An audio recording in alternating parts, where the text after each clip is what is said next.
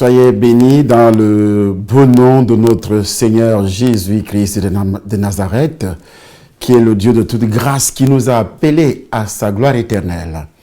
Et comme il est écrit, après avoir souffert un peu de temps, il vous perfectionnera, il vous rendra inébranlable. À lui soit la gloire au siècle des siècles. Une fois de plus, nous entrons en contact avec le grand public pour traiter ce problème, le problème de Georges Nama, qui est de Jésus-Christ TV, que j'appelle Satan TV, qui n'a rien à voir véritablement avec le vrai Jésus-Christ qui unit et non celui qui divise. Jésus ne divise pas. Jésus unit ses enfants. Il parle de l'unité de la foi. Alors, si on dit enfant de Dieu, qui est donc réellement enfant de Dieu, qui est donc serviteur de Dieu, parce qu'il y a des gens qui disent, oui, lui, c'est un serviteur de Dieu parce qu'il dénonce ce que les autres serviteurs de Dieu font. Et c'est pour cela qu'il est serviteur de Dieu, le vrai. Nous allons donc décortiquer la parole de Dieu et voir effectivement dans la parole de Dieu qui est réellement serviteur de Dieu. Je dis bien serviteur de Dieu. Le problème commence dans le jardin d'Éden. Avant le jardin d'Éden, la Bible rapporte que Dieu a créé d'abord les anges. Dieu a créé les anges. Après avoir créé les anges, il devient le Père, donc le Créateur est le Père de ses enfants. Et ces enfants qui sont des anges travaillent autour de lui, sont autour de lui. Et parmi ces enfants se trouve un ange appelé Lucifer. Et cet esprit, cet ange-là, qui travaille pour, bien sûr, pour Dieu qui a été créé par Dieu lui-même, alors cet ange va se rebeller contre Dieu. Et lorsqu'il va se rebeller contre Dieu, il a été chassé, non seulement chassé du trône, avant d'être chassé, il va aussi entraîner un tiers des anges vers sa chute, dans sa condamnation éternelle. Alors pourquoi une condamnation éternelle? Parce qu'il avait passé le temps à calomnier Dieu auprès des anges pour les convaincre, ce qui a été effectivement un blasphème. Ce que nous disons, nous parlons du blasphème contre le Saint-Esprit qui commence bien sûr par les calomnies. Vous ne pouvez pas blasphémer sans passer par les calomnies et vous ne pouvez pas calomnier sans passer aussi par le blasphème. Alors, c'était ici que la rébellion va se former au ciel et Dieu condamne Satan une fois pour toutes. Il n'y aura plus de repentance pour lui. Il ne sera plus jamais sauvé avec tous ceux qui le suivent, tous ceux qui suivent Satan. Bien après, Dieu créa l'homme selon le livre de Genèse. Selon le livre de Genèse, au chapitre 2, à partir du verset 15 et le verset 18. Sachez qu'avec moi, vous allez lire beaucoup plus la parole de Dieu. Et nous allons vérifier par la parole de Dieu qui est réellement serviteur de Dieu. Et qu'est-ce que ça veut dire? Qu'est-ce que ça veut dire être serviteur de Dieu? Qui est réellement serviteur de Dieu? Alors, en revenant donc dans la parole de Dieu, chapitre 2, à partir du verset 15 jusqu'au verset 18, où il est écrit au verset 15, c'est Dieu qui parle. L'Éternel Dieu prit l'homme et le plaça dans le jardin d'Éden pour cultiver et pour le garder, avec une mission. Là, l'homme est appelé à servir Dieu. L'Éternel Dieu donna cet ordre à l'homme. Tu pourras manger de tous les arbres du jardin, mais tu ne mangeras pas de l'arbre de la connaissance du bien et du mal, car le jour où tu en mangeras, tu mourras. L'Éternel Dieu dit, il n'est pas bon que l'homme soit seul. Je lui ferai une aide semblable à lui. L'Éternel Dieu forma de la terre tous les animaux des champs et tous les oiseaux du ciel. Il les fit venir vers l'homme pour voir comment il les appellerait, afin que tout être vivant portât le nom que lui donnerait l'homme, et l'homme donna des noms à tout le bétail, aux oiseaux du ciel et à tous les animaux des champs. Mais pour l'homme, il ne trouva point d'aide semblable à lui. Alors l'Éternel Dieu fit tomber un profond sommeil sur l'homme qui s'endormit. Il prit une de ses côtes et referma la chair, et l'Éternel Dieu forma une femme de la côte qu'il avait prise de l'homme, et il l'amena vers l'homme, et l'homme dit, voici cette fois celle qui est os de mes os et chair de ma chair, on l'appellera femme parce qu'elle a été prise de l'homme. C'est pourquoi l'homme quittera son père et sa mère et s'attachera à sa femme, ils deviendront une seule chair. L'homme et sa femme étaient tous deux nus, et ils n'en avaient point honte. C'est ainsi que tout a commencé. Ça, c'est dans la première église. Tout ceci avant le péché. Je dis bien avant le péché. L'homme n'a pas encore péché. Et la Bible précise à ce niveau-là, c'est Dieu qui est leur pasteur. C'est Dieu qui est leur père. C'est Dieu qui est tout pour eux. Adam et Ève, ça c'est la première église. Mais qu'est-ce qui va se passer pour que cette église change de main, change de pasteur, change également de dirigeant? La désobéissance, la chute de l'homme. Au chapitre 3, le serpent était. Et la Bible dit, le serpent était le plus rusé des animaux des champs que Dieu avait fait. Il dit à la femme, Dieu a-t-il réellement dit, vous ne mangerez pas de tous les arbres du jardin? Dans les mêmes tactiques, le diable reproduit la même photocopie qu'il a utilisée au ciel pour convaincre les 1/3 d'anges qui l'ont suivi dans sa perdition. Parce qu'il sait qu'il est condamné d'office. Et c'est pourquoi il prend aussi les mêmes tactiques, même pour ceux qui sont déjà sauvés dans le Seigneur, pour les amener à blasphémer. Donc là, nous sommes en train de voir comment Dieu a commencé à travailler et qui est réellement serviteur de Dieu.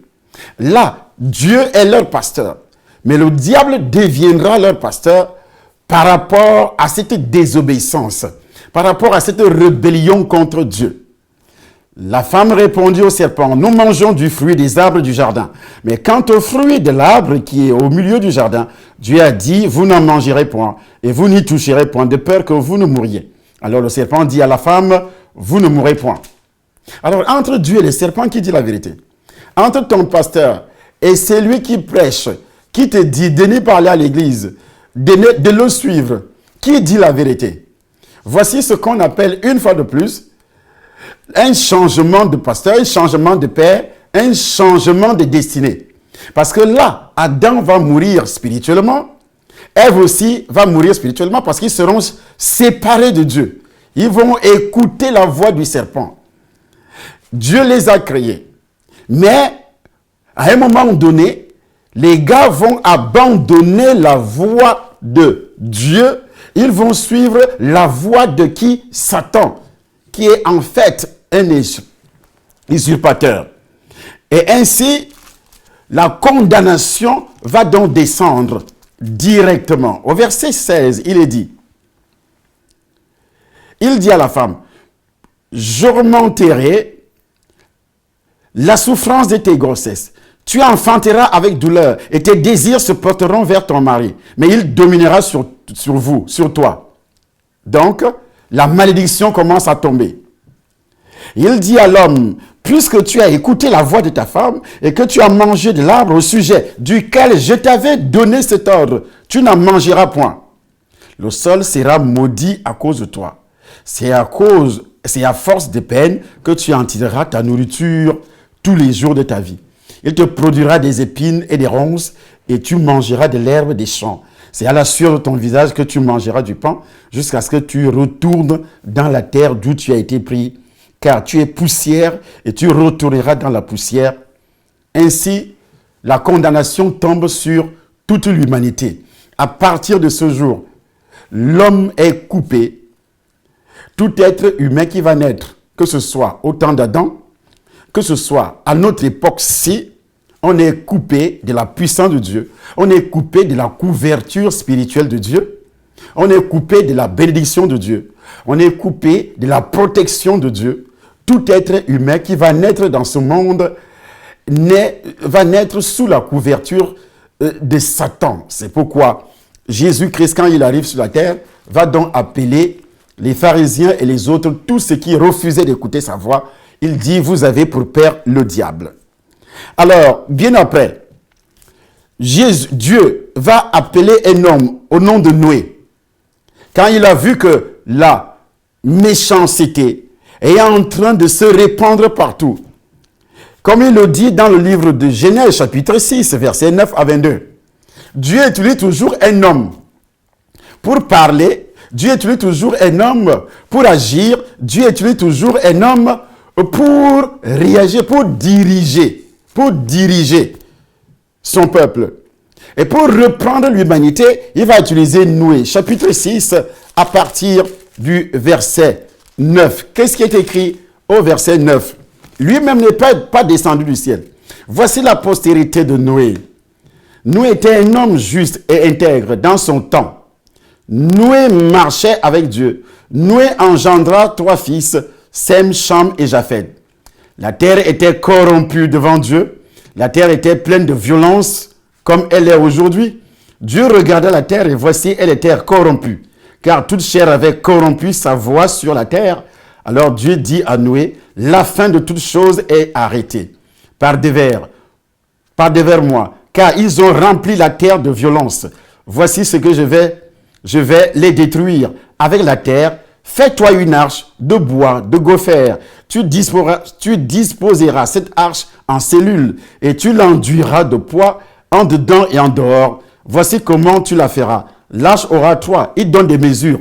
C'est Dieu lui-même qui donne des mesures pour que Noé puisse respecter ces mesures afin qu'il soit absolument sauvé. Là, Dieu est en train de diriger Noé. Et pendant ce temps, les autres sont en train de danser. Les autres sont en train de se moquer de Noé, d'insulter Noé. Ils n'ont pas écouté. Dieu a parlé à qui? Il a parlé à Noé. Et ils ont refusé d'écouter Noé. Mais la famille de Noé sera sauvée parce que la femme va écouter la voix de son mari. Les enfants vont écouter aussi la voix de leur père. Et ils sont sauvés. Mais les autres qui refuseront d'écouter la voix de Noé, ils ne seront pas sauvés quand le déluge va intervenir. La Bible dit, et l'Éternel dit à Noé, entre dans l'arche, au chapitre 7, toi et toute ta maison, car je t'ai vu juste devant moi, parmi cette génération. Tu prendras auprès de toi cette couple de tous les animaux. Et voici comment il va sauver Noé. Il parle à Noé, et la suite, c'est que les enfants seront sauvés parce que les enfants vont obéir. Et là, on vient de voir également par l'obéissance comment Dieu vient de sauver une famille. Il fait périr toute l'humanité en détruisant toute la terre. Là, nous voyons également, après Noé, Abraham, au chapitre 12, premier verset, là, Dieu est en train de se préparer pour descendre sur la terre. Là, il a sauvé Noé physiquement. Mais Noé est resté dans son corps, dans sa chair, dans son sang, avec le péché originel, qui fait de lui également fils de Satan.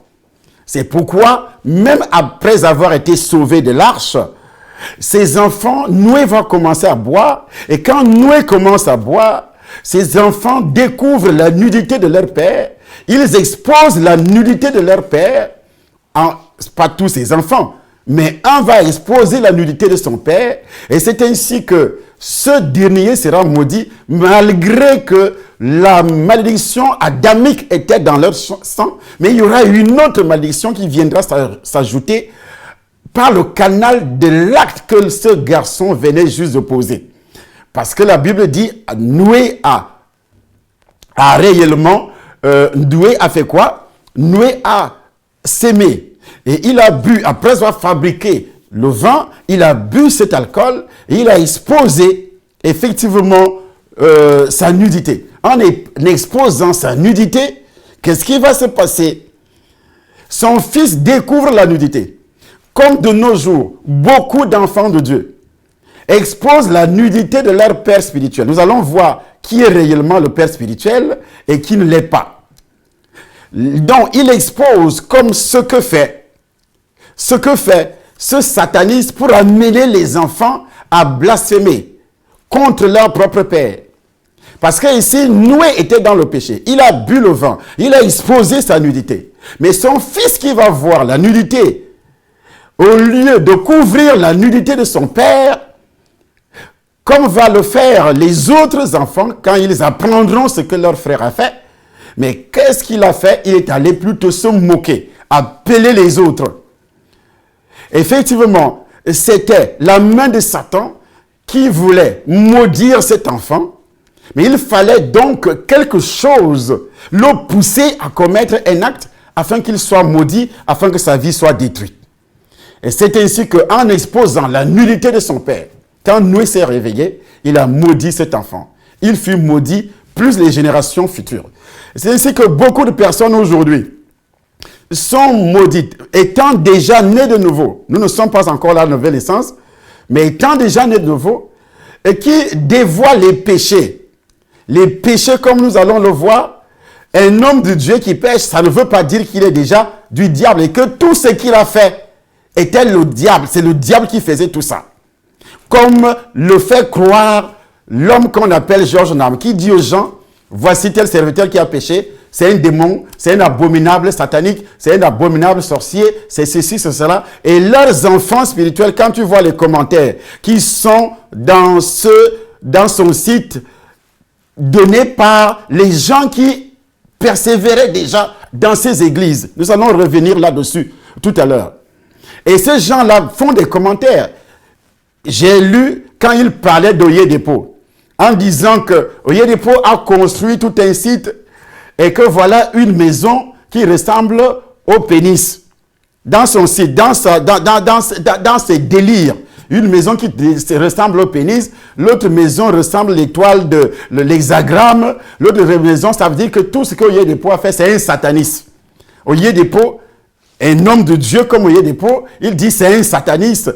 Pourquoi il sait que c'est un sataniste? Parce qu'il a construit des maisons, il y a des signes sataniques dans ces maisons-là.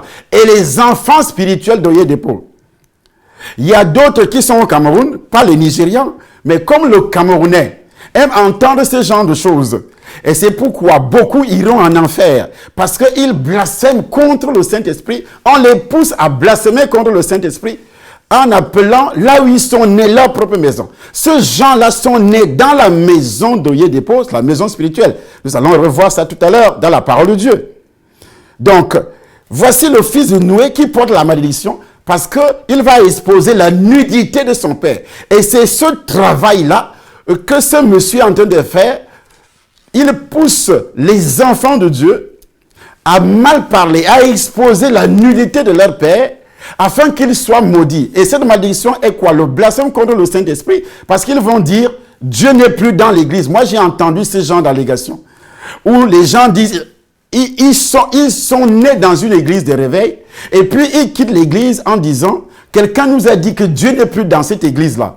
Mais tu es né de nouveau à l'église. Et puis tu ajoutes, quelqu'un m'a dit que Jésus n'est plus dans notre église, je quitte pour aller chercher une... Ça veut dire que c'est le diable qui est là. Tout ce qui était là, c'est le diable qui est là maintenant. C'est un blasphème contre le Saint-Esprit et beaucoup iront en enfer, sont déjà condamnés d'office par rapport à ce genre d'allégations. Et ce sont les agents de Satan qui viennent de l'extérieur, qui arrivent de part et d'autre, qui parviennent à faire ce genre de commentaires. Et puis, toi qui es né de nouveau dans cette église, comme le fils de Noé va exposer la nudité de son père. Et puis, il fut maudit. Abraham, de son côté, Dieu va l'utiliser pour faire venir Jésus-Christ dans ce monde.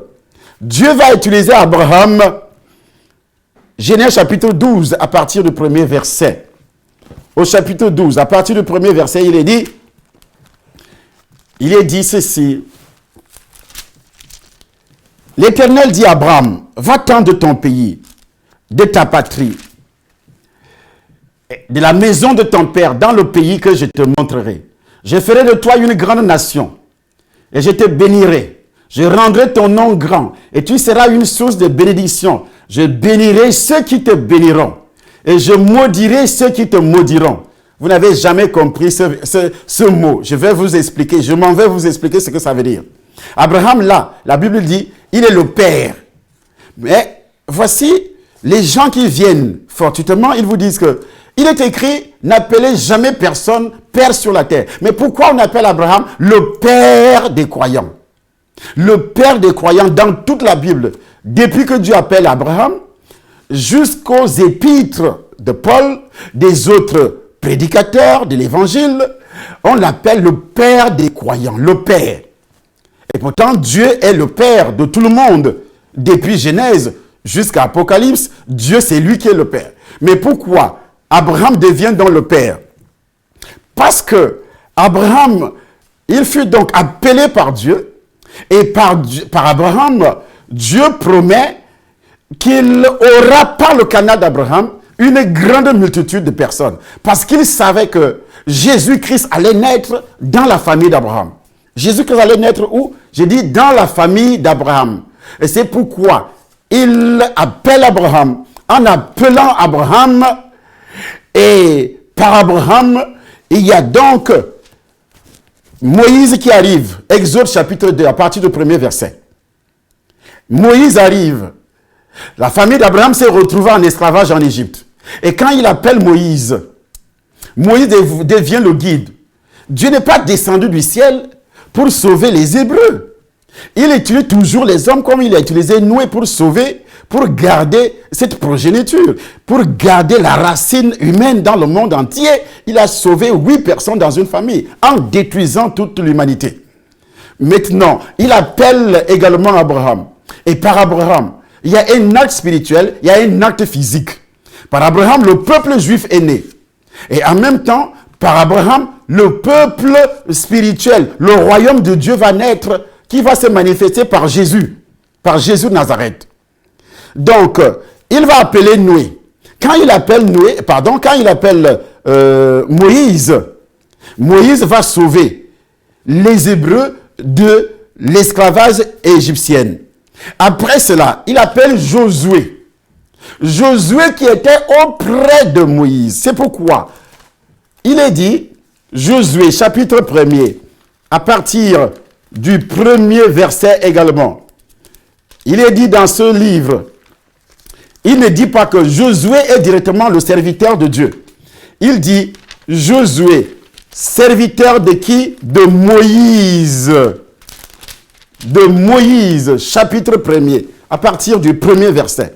Après la mort de Moïse, serviteur de l'Éternel, l'Éternel dit à Josué, fils de Nun, serviteur de Moïse, pendant que Moïse était encore en vie, Josué le servait. Josué le servait. Mais Georges Nama, qu'il me montre la personne qu'il a servi quand il est né de nouveau. Qu'il me montre son père spirituel. Son père spirituel. Qu'il me montre qu'il avait consacré. Qu'il me montre là on saura qu'il est un homme de Dieu. Premièrement, voici comment se manifeste un appel. Après la mort de Moïse, serviteur de l'Éternel, l'Éternel dit à Josué, fils de Nun, serviteur de Moïse, Moïse, mon serviteur, est mort. Maintenant, lève-toi, passe le Jourdain, toi et tout ce peuple, pour entrer dans le pays que je donne aux enfants d'Israël. Il va utiliser qui? Il va utiliser Josué pour continuer l'œuvre que Moïse a commencée. Alors, nous laissons Josué. Vous allez toucher Saül. Vous allez toucher Samuel, un prophète. Saül, toujours les hommes de Dieu. Malgré leurs imperfections, Dieu punissait chacun selon ses propres péchés, mais Dieu n'a jamais dit que c'était les fils de Satan. Dieu n'a jamais dit, malgré tout ce qu'ils faisaient, Dieu n'a jamais dit que ce sont des abominables sorciers sataniques, ils sont perdus, ils sont ceci, il ne les suivait plus. Dieu l'enlève, il le remplace tout simplement. Dieu n'amenait pas la rébellion, il ne disait pas, ne l'écoutez plus. Dieu enlevait plutôt. Quand Saül s'est rébellé, je dis bien quand Saül s'est rébellé, il a suscité David. Mais on a vu David, malgré les péchés de Saül, on a vu David David n'a jamais porté, mais ni une parole déshonnête, une parole de rébellion, de déloyauté envers son père qui était Saül. Pas du tout. Il a même refusé de le tuer. Dieu l'avait livré entre ses mains. Dieu a livré Saül entre ses mains. Et malgré l'état spirituel dépravé de Saül, et David va jusqu'à dire, je ne toucherai pas à un oint de Dieu. Alors que Saül était déjà rejeté par Dieu, et David a continué à confesser. Voici comment un appelé du Seigneur parle. Un appelé du Seigneur respecte les aînés.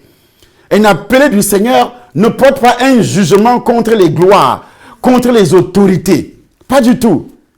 À la minute, il a évité de porter un jugement. Parce qu'il savait que s'il le faisait, lui, il allait être maudit. Dieu, la parole de Dieu est une épée à double tranchant. Une épée à double tranchant. Lui peut être coupable, mais tu n'as pas droit de prononcer une parole. Tu n'as pas droit de le juger. Qui es-tu? Toi qui juges un serviteur d'autrui. Si se tient debout ici, il tombe, cela regarde son maître. Mais il se tiendra debout parce que le Seigneur a le pouvoir de l'affermir. Alors, le cas de Saül, David est arrivé. Et David également, tous ceux qui se sont rebellés, que ce soit contre Moïse, que ce soit contre l'homme qu'on appelle Noé, contre Dieu lui-même, le diable s'est rebellé contre Dieu, il a condamné le diable et ceux qui le suivaient à la mort éternelle. L'homme s'est rebellé contre Dieu, il a condamné l'homme également. Dans le cas de Moïse, les hommes se sont rebellés contre Moïse. Il les a enterrés vivants. Là, nous sommes dans l'Ancien Testament, bien sûr. Il les a enterrés vivants. Il s'agit de qui? Nombre chapitre 16. Et d'abord au chapitre 12, toujours le livre de Nombre, chapitre 12. Marie et Aaron se sont rebellés contre Moïse au sujet de la femme. Femme quoi? Éthiopienne. Que Moïse venait juste de prendre. Moïse a pris une femme éthiopienne, la Bible confirme, c'était un péché, car il était interdit à un juif, à un israélite, de toucher une païenne. Et en plus, la femme légitime de Moïse était là. Et puis, il a pris une femme, éthiopienne. Mais ils ont murmuré contre Moïse. Et ce monsieur pousse les enfants de Dieu à murmurer contre les hommes de Dieu, afin qu'ils soient frappés, comme lui, il est déjà frappé de malédiction, qu'il ne pourra plus jamais aller au ciel un jour par les blasphèmes. Il blasphème tous les jours. Et il amène tous ceux qui le suivent à blasphémer contre le Saint-Esprit. Et qu'est-ce qui se passe? Tous ceux qui blasphèment ensemble avec lui dans ces sites. Et ils sont donc condamnés de la même façon. Et voici ce qui est arrivé à ce gens-là. Nous sommes dans le livre de Nombre, au chapitre 16. À tous ceux qui, la Bible dit que Dieu les a enterrés vivants. Vivants. Nous sommes Nombre, chapitre 16. Eh bien, l'Éternel parla à Moïse. Corée, nous sommes au verset 1er. Corée, fils de Jissar, fils de Quête, fils de Lévi, se révolta avec Dathan et Abiram, fils d'Eliab et On, fils de Pédet. Tous trois fils de Ruben, ils se soulevèrent contre Moïse avec 250 hommes, des hommes d'Israël, des principaux de l'assemblée de ceux que l'on convoquait à l'assemblée, et qui étaient des gens de renom. Ils s'assemblèrent contre Moïse et Aaron et leur dirent, c'en est assez, car toute l'assemblée, tous sont saints, et l'Éternel est au milieu d'eux. Selon eux, l'Éternel est au milieu d'eux. Selon Georges Nama, c'est Dieu qui l'envoie. C'est pourquoi il ordonne à tous ceux qui sont en train de persévérer, qui ont reçu le Seigneur dans les églises. Il ordonne à ce monde-là de quitter, de ne plus persévérer, de le suivre lui. Il dit qu'il n'a jamais recommandé une église. Et c'est pourquoi il passe le temps à saboter tous les hommes de Dieu. Dès qu'il remarque que tu es en train d'évangéliser et que ton assemblée est en train de grandir, tu montres 2 doigts, il commence à faire ses analyses sataniques et diaboliques. Il dit, oui, vous voyez qu'il a montré 2 doigts. Quand il parle, il soulève 2 doigts. Vous ne voyez pas que c'est Satan. Vous ne voyez pas les dessins qui sont sur son habit, sur sa chemise, sur sa veste. Vous ne voyez pas que c'est Satan. Quittez, quittez, quittez, quittez, quittez, quittez. Et les gens déjà remplis de démons de déloyauté commencent aussi à mal parler contre leur pasteur, à mal parler contre les hommes de Dieu, comme ce qui s'est passé ici. 250 personnes. Et la Bible dit, ils ont dit, ça n'a assez, car toute l'assemblée est sainte. Selon eux, ils sont saints. Selon Georges Nama, c'est lui seul qui est saint. Mais nous allons voir à quel moment Georges Nama a annoncé l'évangile. Parce que ici, Dieu suscite chaque serviteur de Dieu, chaque serviteur, et il le met au travail, il commence à travailler. Adam a commencé avec sa femme. Avec sa femme seulement. Et nous sommes nombreux aujourd'hui. C'est ça l'évangélisation. Si tu es un serviteur de Dieu, Dieu t'appelle, tu vas épouser ta femme devient ton aide. Et lorsque ta femme devient ton aide, vous commencez à évangéliser. Et c'est ainsi que vous formez une assemblée. Et cette assemblée, vous allez commencer à l'enseigner. D'abord, et en enseignant, et vous multipliez en évangélisant. Vous priez pour les âmes, vous délivrez ces âmes-là, et vous maintenez ces âmes dans l'enseignement que Dieu, selon la mission que Dieu a assignée à chaque serviteur de Dieu, avec sa femme. Et puis, l'assemblée grandit. Voilà donc ce qu'on appelle l'appel. Dans le livre de Matthieu, au chapitre 1er, nous sommes là, la descente de Jésus, Dieu lui-même dans le monde. Ce qu'il a fait dans l'Ancien Testament, mais avec Jésus-Christ lui-même, il veut descendre. Dieu veut descendre dans le monde. Selon Matthieu, chapitre 1er, verset 23. Je pense que maman va faire cette lecture de Matthieu, chapitre 1er, verset 23. Il est écrit, si elle a trouvé, Matthieu, chapitre 1er, verset 23, oui. Il est écrit. Voici la Vierge sera enceinte. Voici la Vierge sera enceinte. Elle enfantera un fils. Elle enfantera un fils. Et on lui donnera le nom d'Emmanuel. Et on lui donnera le nom d'Emmanuel. Ce qui signifie Dieu avec nous. Dieu avec nous. Et ce Dieu descend dans le monde pourquoi? Est-ce qu'il était incapable? Il descend dans le monde pour sauver. Et quand Jésus arrive dans le monde, qu'est-ce qu'il fait? Il commence par choisir des disciples, des gens qu'il va enseigner. Il commence par appeler. Il n'est pas allé voir des pharisiens. Il n'a pas appelé les pharisiens, venez travailler avec moi. Il n'a pas dit, non. Il a appelé les disciples. C'est-à-dire, il veut les amener à la conversion. Ils étaient, en principe, ils n'étaient pas sauvés, remplis du péché originel, persévérant dans la loi de Moïse. Mais ils savaient qu'ils sont perdus. Il les appelle. Il commence par les former pendant 3 ans. Il forme pendant 3 ans. Voici un vrai serviteur parce qu'il est sur la terre.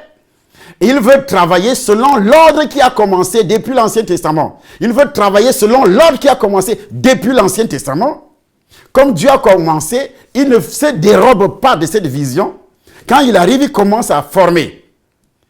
Il n'appelle pas les autres, venez, quittez là-bas, venez chez moi. Non, il prend d'abord 12. Il commence à les former. Et quand il les forme, il prêche la repentance. Mais avant lui, il y a quelqu'un au nom de Jean-Baptiste qui va venir. La Bible dit, pour préparer les voies du Seigneur. Il commence aussi à prêcher la repentance. Tous deux, ils ont la même façon de faire. La même façon de faire. Jean-Baptiste prêche quoi? La repentance. Matthieu chapitre 3. Il prêche la repentance. Mais en appelant,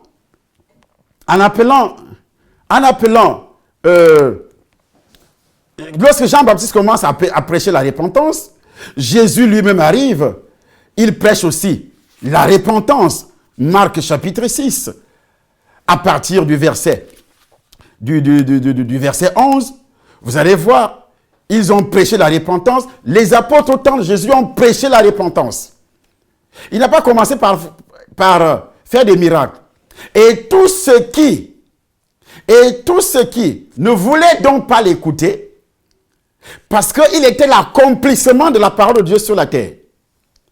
La parole s'est faite chair, elle a habité parmi nous. À tous ceux qui l'ont reçu, à tous ceux qui croient en son nom, il a donné le pouvoir de devenir enfants de Dieu. Donc ceux qui refusaient de croire en son nom, il appelait ce jour-là, il les appelait fils du diable. Il les appelait fils du diable. Il appelle qui? Tous ceux qui refusaient d'écouter réellement sa parole. Il les appelait fils du diable. À l'instar des pharisiens. Jean chapitre 8, versets 43 à 44. Il appelle les pharisiens fils du diable. Vous avez pour père le diable. Donc tous ceux qui ne l'écoutaient pas, il disait vous avez pour père le diable. Pourquoi? Parce qu'ils avaient le péché originel dans leur sang. Il ne disait pas que vous aviez commis l'adultère, vous êtes des satanistes, vous êtes des sorciers, vous êtes ceci. Ce qui montre que quelqu'un est encore fils de Satan, c'est lorsque tu n'es pas encore délivré du péché originel, des malédictions originelles. Là, tu demeures fils de Satan. Parce que le Saint-Esprit ne peut pas descendre dans le corps de qui que ce soit qui n'est pas encore sanctifié, qui n'est pas encore délivré du péché originel. Il ne peut pas descendre. Et voilà, il dit, vous avez pour père le diable. Alors, je veux savoir que Georges Nama nous montre quel est l'homme qu'il avait annoncé l'évangile et qu'il avait expliqué qu'il est habité par le péché originel avant le péché personnel et héréditaire. Et comment il a reçu le Seigneur, qu'il explique comment il a reçu le Seigneur. Que lui, Georges Nama, nous explique comment il a reçu le Seigneur. Là, on saura qu'il vient de Dieu. Jésus appelle les pharisiens fils de Satan parce qu'ils refusaient. Et puis, après Jésus, la Bible précise qu'il a choisi 12 apôtres.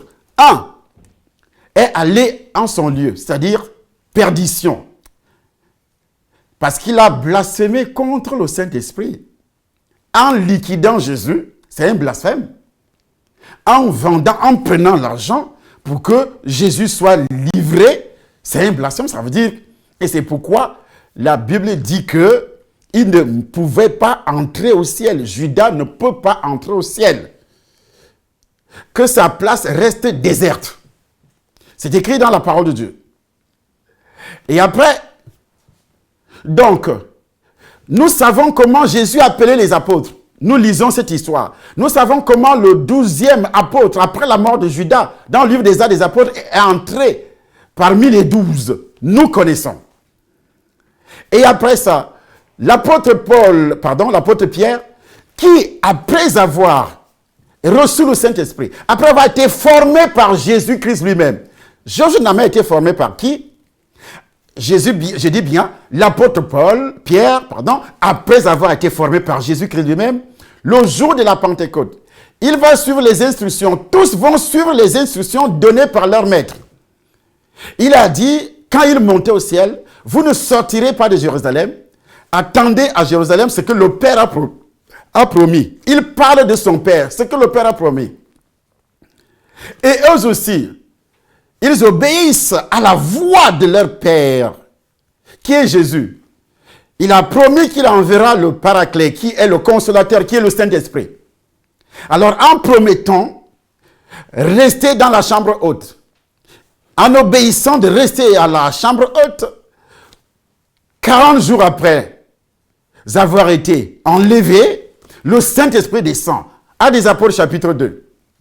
Le Saint-Esprit descend, il y avait des milliers de personnes qui priaient à Jérusalem.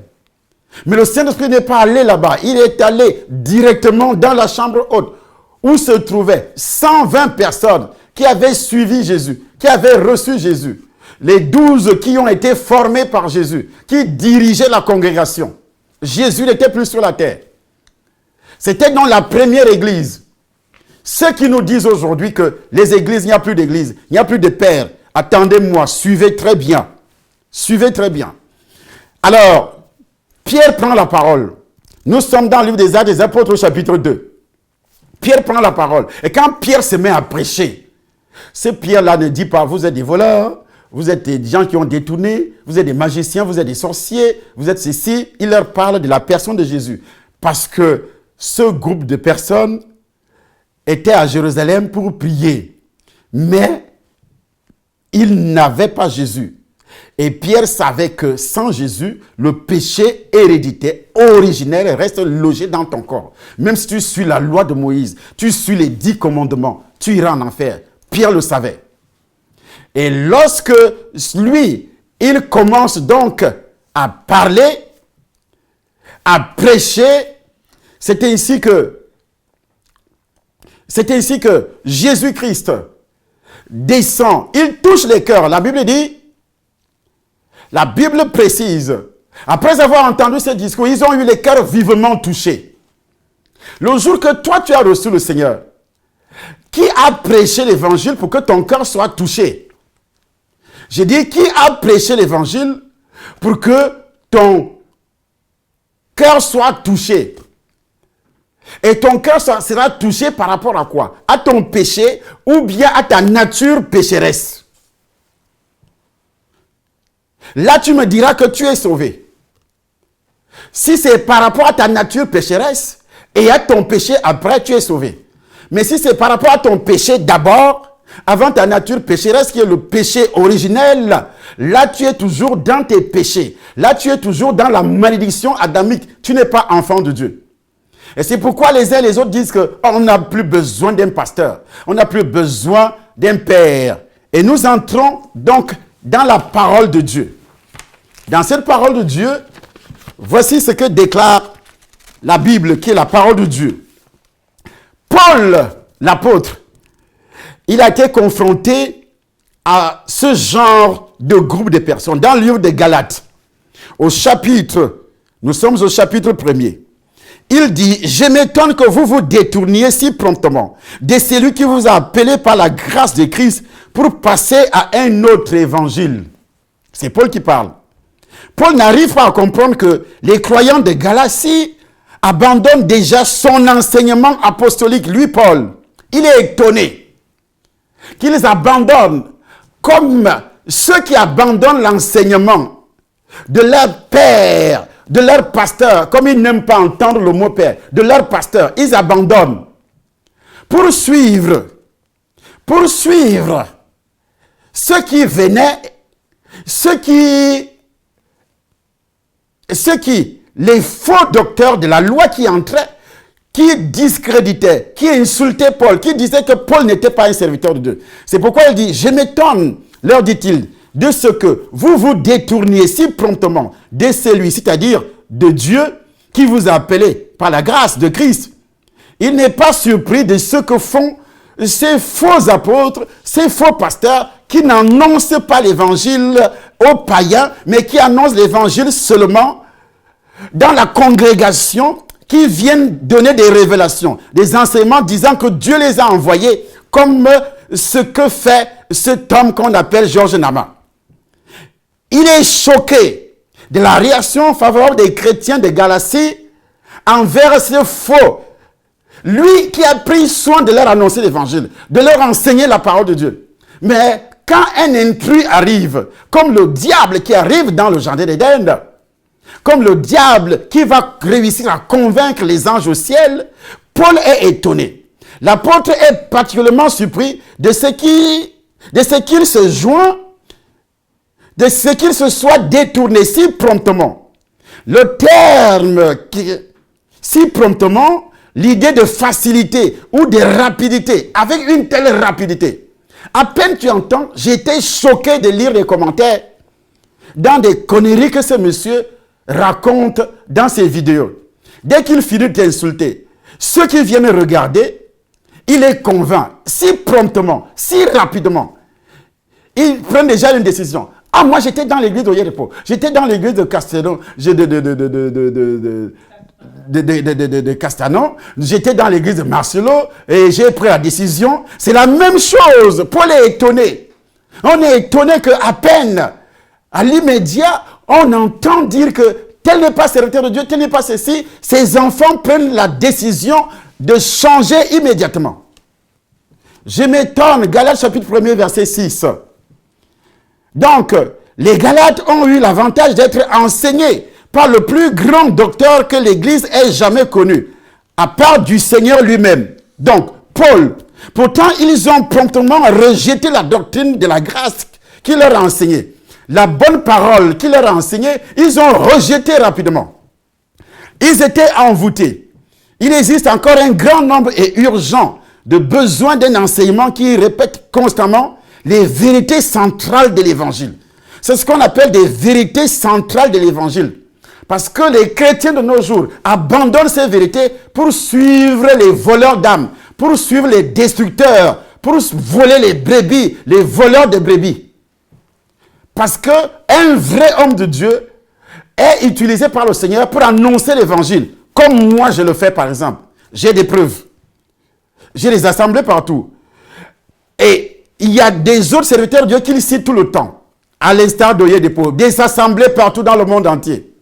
J'ai dit des assemblées partout dans le monde entier.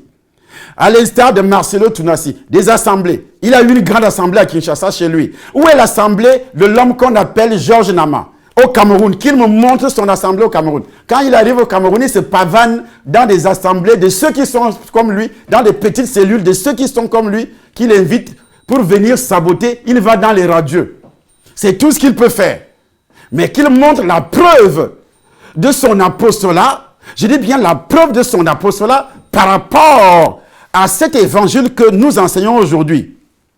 Non seulement les chrétiens de Galatie sont désorientés et leur foi dans la vie, sous la grâce, s'est affaiblie. Et c'est ainsi que tous ceux qui écoutent ce faux, je dis bien ce faux Georges Nama, ils sont désorientés. Ils restent à la maison. Ils n'ont plus de couverture spirituelle. Ils quittent la famille. Comme Adam avait abandonné la famille, comme Ève a abandonné la famille, comme les anges qui ont perdu leur dignité depuis le ciel. Ils ont quitté le ciel à cause du diable. C'est comme ça que ces chrétiens de nos jours, abandonnent également. Ils abandonnent également. Se détourner de l'évangile de la grâce que Paul leur a enseigné, ce n'est pas simplement se détourner d'une doctrine, c'est aussi se détourner de celui qui les a appelés. Donc, c'est détourner de Dieu. Quand tu te détournes de l'évangile de ton père spirituel, tu t'es détourné de Dieu. Donc, tu as blasphémé, tu as dit que c'est Satan. En abandonnant l'église de ton père spirituel, parce que tu suis les faux qui viennent vous dire, n'allez plus dans les églises, restez à la maison, vous vous détournez de Dieu. Ce n'est pas seulement de l'assemblée, mais vous vous détournez de Dieu. Et ça veut dire, quand on se détourne de Dieu, on entre où? En enfer. Vous appelez une fois pour tout. Dieu, c'est Dieu qui appelle par son serviteur. Dieu t'avait appelé par l'homme qu'il a utilisé pour annoncer l'évangile. Comme beaucoup sont arrivés au Temple des Nations, par exemple, Yaoundé, et puis ils entendent les calomnies des uns des autres, ou bien tu persévères dans une assemblée et tu commences à suivre, tu quittes, tu commences à suivre quelqu'un qui était avec toi dans la même assemblée, c'est la même chose. Comme lui-même, en quittant l'assemblée, va dire, Dieu n'est plus ici, suivez-moi. Et dès que vous le suivez, vous avez abandonné. Et ça veut dire quoi? Vous avez abandonné. Vous, si promptement, comme l'apôtre Paul le dit. Le seul évangile de Dieu est l'évangile de la grâce. L'évangile de la rédemption divine, qui ne tient compte ni des œuvres, ni d'aucun autre mérite de l'homme. Paul dit aux Éphésiens, car ce n'est pas la grâce que vous êtes sauvés, par le moyen de la foi. Et cela ne vient pas de vous. C'est le don de Dieu. Ce n'est point par les œuvres, afin que personne ne se glorifie. Mais, lui ne prêche pour l'évangile de la grâce. Mais l'évangile de la grâce n'autorise pas que l'on pêche. Mais ce n'est pas par des mérites. Écoutez-moi bien. Ce ne sont pas vos mérites qui vous feront entrer au ciel. On a d'abord été sauvés par la grâce au moyen de la foi. Et non par les mérites.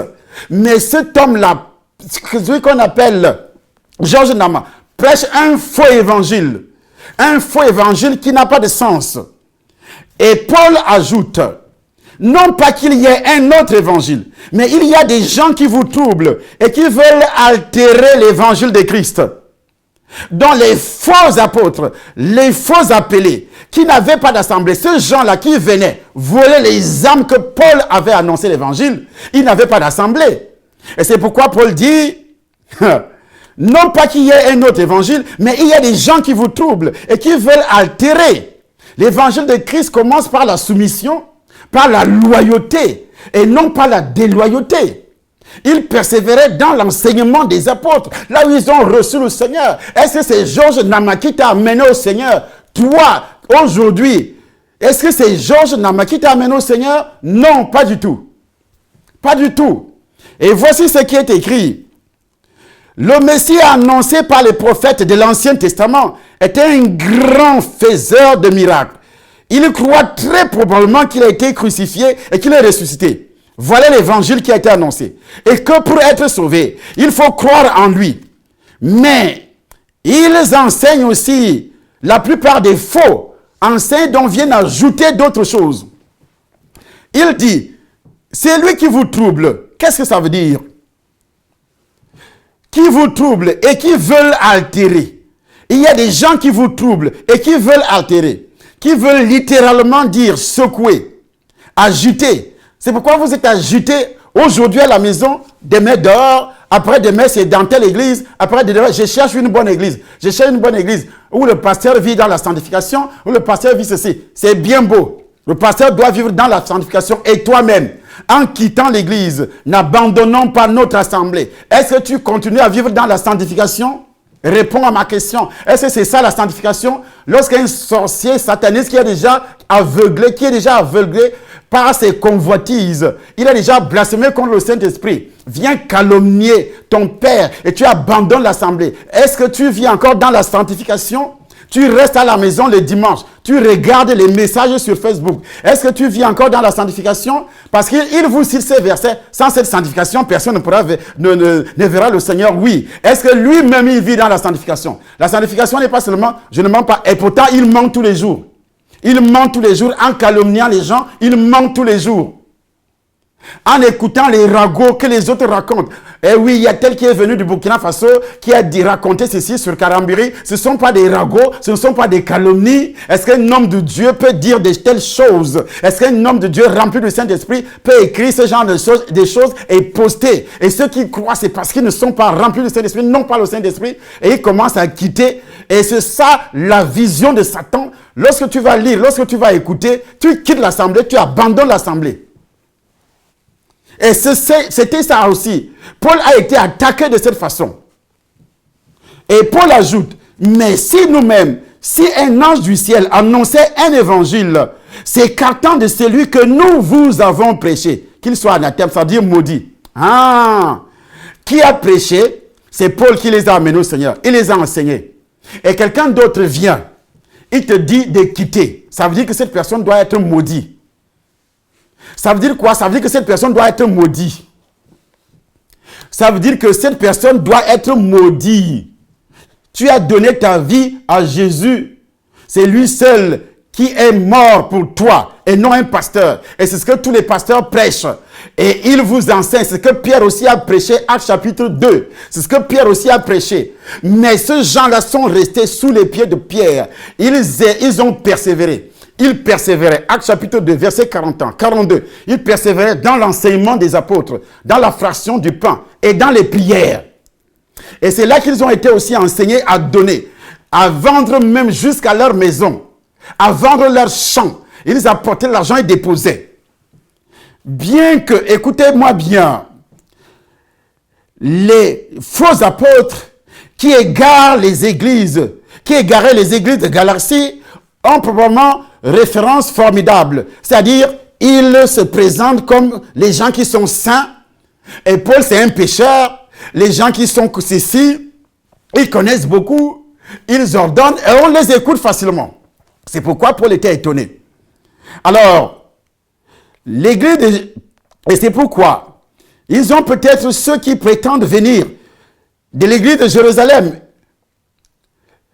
Ils prétendaient venir de l'église de Jérusalem et pourtant, l'église de Jérusalem ne les connaissait pas. L'église de Jérusalem ne les connaissait pas. Pas du tout. L'église de Jérusalem avec donc l'autorité de Jacques, le dirigeant de cette église. Actes chapitre 15, verset 24. Mais on vous dit qu'il n'y a plus d'église. Mais l'église a commencé comment? Est-ce que ça a commencé dans les maisons? Il y avait des églises de maisons à Jérusalem qui étaient des cellules. Mais il y avait l'église centrale. Actes chapitre 15, verset 24. Ce menteur qui vous dit que les ministères, ça n'existe plus. L'église, ça n'existe plus. Fermé. Fermé, ça veut dire on doit l'écouter. On doit écouter celui qui ne sait même pas évangéliser. Qui n'a jamais amené une mouche au Seigneur. C'est lui qu'on doit écouter. C'est lui qu'on doit écouter. C'est pourquoi Paul a combattu. Tous les serviteurs de Dieu doivent aussi combattre. Que de rester prostrés dans vos églises au lieu de parler. Allez lire ce que vos brebis écrivent sur son mur. Vos brebis qui vous suivaient auparavant. Que le voleur est en train de voler. La Bible dit le voleur ne vient que pour voler. Le voleur c'est qui? C'est Georges Namadon. Il est habité, c'est Satan lui-même. Il vole les âmes que vous aviez évangélisées, que vous aviez enseignées. Lui, il vient, il vole. Il vient, il vole. Et il commence à le servir. On le reçoit dans les maisons. Il était ici en France. Un réfugié économique. Je dis bien réfugié économique. Il est parti du Cameroun parce qu'il était pauvre au Cameroun. Qu'est-ce qu'il a au Cameroun? Moi, j'ai réalisé des choses. La foi par les œuvres. Jacques, l'épître de Jacques, chapitre 2, à partir du verset 14. La foi par les œuvres. J'ai éprouvé, je dis bien j'ai éprouvé, par l'évangile que je prêche, que l'on doit, rien que par mon ministère. Il y a ceux qui n'avaient jamais été, qui n'ont jamais rêvé être journalistes, ils sont des journalistes aujourd'hui, rien que par le ministère. Ceux qui n'ont jamais rêvé être enregistrés à la CNPS comme employés, ils sont enregistrés parce qu'ils ont servi à la radio sur les médias que moi j'ai créés. Voilà la foi par les œuvres, ce que j'ai fait à l'intérieur du pays, au Cameroun. Qu'est-ce que Georges Nama, qui est parti comme réfugié économique au niveau des États-Unis, et il appelle les Africains en disant, envoyez-moi de l'argent. Les Africains qui ont reçu le Seigneur et qui sont dans les églises des pasteurs, qui les ont amenés au Seigneur, il dit, quittez les églises, ce sont des faux. C'est lui qui est vrai. Entre toi et ce pasteur-là qui est vrai, qui est faux, c'est toi qui es faux, parce que ce sont leurs âmes. Ce sont leurs âmes que toi tu voles. C'est toi dans le voleur. Jean chapitre 10, verset 10. C'est toi le voleur. C'est toi qui détruis. Le voleur ne vient que pour voler, pour égorger. Tu es en train de les égorger parce que toi-même, tu es déjà condamné par le blasphème du Saint-Esprit que tu n'entreras plus jamais au ciel. Et comme le diable ne veut pas mourir seul, tu veux être accompagné dans cet enfer par une panoplie de personnes qui te suivent, qui t'écoutent dans les réseaux sociaux. Montre-nous la preuve de ton apostolat. Tous ces serviteurs que tu es en train de citer, en allant voir les images de leur maison, les images de leur ceci, de leur ministère, en indexant, voici telle image qui est affichée dans son temple. Alors montre-nous également ton temple. Nous aussi, nous allons faire le discernement par le canal de ton temple. Tu es derrière un ordinateur, en appelant les gens, venez m'aider à saboter. Venant m'aider à saboter. Et ceux qui sont comme toi, qui iront en enfer comme toi, également, viennent t'aider. Le diable, n'est-ce pas, le diable a été chassé du ciel, accompagné d'un tiers des anges. Donc si tu es avec les gens, ça ne veut pas dire que tu es de Dieu. Le diable au trône, il a réussi à convaincre un tiers des anges. Un tiers des anges. Même Jésus, quand il était sur la terre, il y a 70 disciples qui l'ont abandonné. Il est resté avec les 12. Il a regardé les 12, il a dit aux 12, mais pourquoi? Qu'est-ce que vous attendez? Partez aussi. Et ils ont répondu, mais maître, tu as les paroles de la vie, la parole de la vie. À qui irons-nous? Mais les 70, entre 70 et les autres, je dis bien entre 70 et 12, est-ce que ça a un équilibre? Pas du tout. Mais ça, c'est la grande route. Ceux qui te suivent là, tu dis oui, dès que je poste une vidéo, et il y a des centaines de personnes que tu as évangélisées, tu connais, tu es évangélisé, montre-nous la preuve. Oui, où est-ce qu'ils sont? Personne. C'est contre toute déformation de l'évangile, quelle qu'elle soit, que Paul dit, mais si nous-mêmes, si un ange du ciel annonçait un évangile s'écartant de celui que nous vous avons prêché, qu'il soit anathème donc maudit.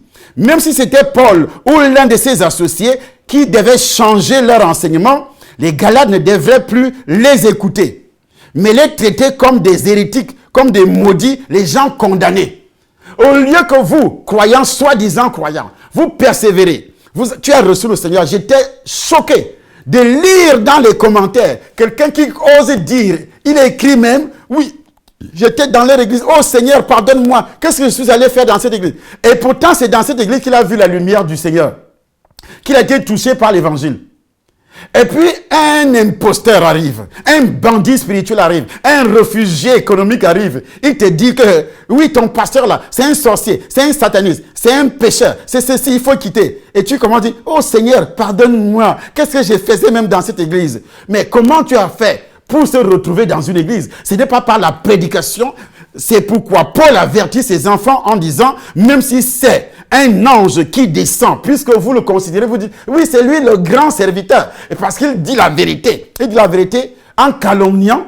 C'est ce que vous appelez la vérité. Jésus-Christ dit, je suis le chemin, la vérité et la vie. Quand Jésus est descendu, il a taxé qui? Il a dit que toi, tu es condamné d'office. Il appelait Satan ceux qui refusaient de l'écouter. Lui, Jésus, parce que c'était lui le sauveur. Est-ce que ce Georges Namé est le sauveur? Il est le sauveur pour juger les autres? Jésus lui-même dit, je ne suis pas venu juger. Mais un homme de Dieu, qui se dit homme de Dieu, qui passe le temps à se réjouir du malheur des autres. Un bandit spirituel. Il entend qu'un homme de Dieu est mort. Il fabrique une vidéo. Il dit, voilà, c'est un pécheur. Dieu l'a frappé. Dieu l'a frappé. Or, la Bible dit, si tu vois ton frère commettre un péché, prie et Dieu donnera la vie à ses frères. Et lui se réjouit. C'est un pécheur, Dieu l'a frappé. Est-ce que c'est un homme de Dieu, ça? Oui, Hollande est mort, tel pécheur, tel pasteur est mort, il est en enfer. Donc, toi, tu es celui qui met le sceau aujourd'hui, qui décide que tel est en enfer, et tu publies qu'il est en enfer. Toi qui? Un mortel. Toi qui? Par quel pouvoir tu peux décider que tel est allé en enfer? Tu peux décréter, ou bien tu le sais. Lui il n'a pas blasphémé contre le Saint-Esprit comme toi. Tout ce que tu déclares là, ils sont en enfer. Mais eux n'ont pas blasphémé contre le Saint-Esprit. Ils n'ont pas parlé mal. Et toi, tu les taxes en disant qu'ils sont des faux serviteurs par rapport à leurs brebis. Par rapport à leurs brebis, à eux.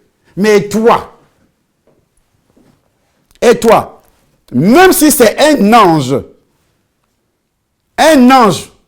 il doit être rejeté. S'il vient présenter un évangile différent de celui que Paul a prêché au début.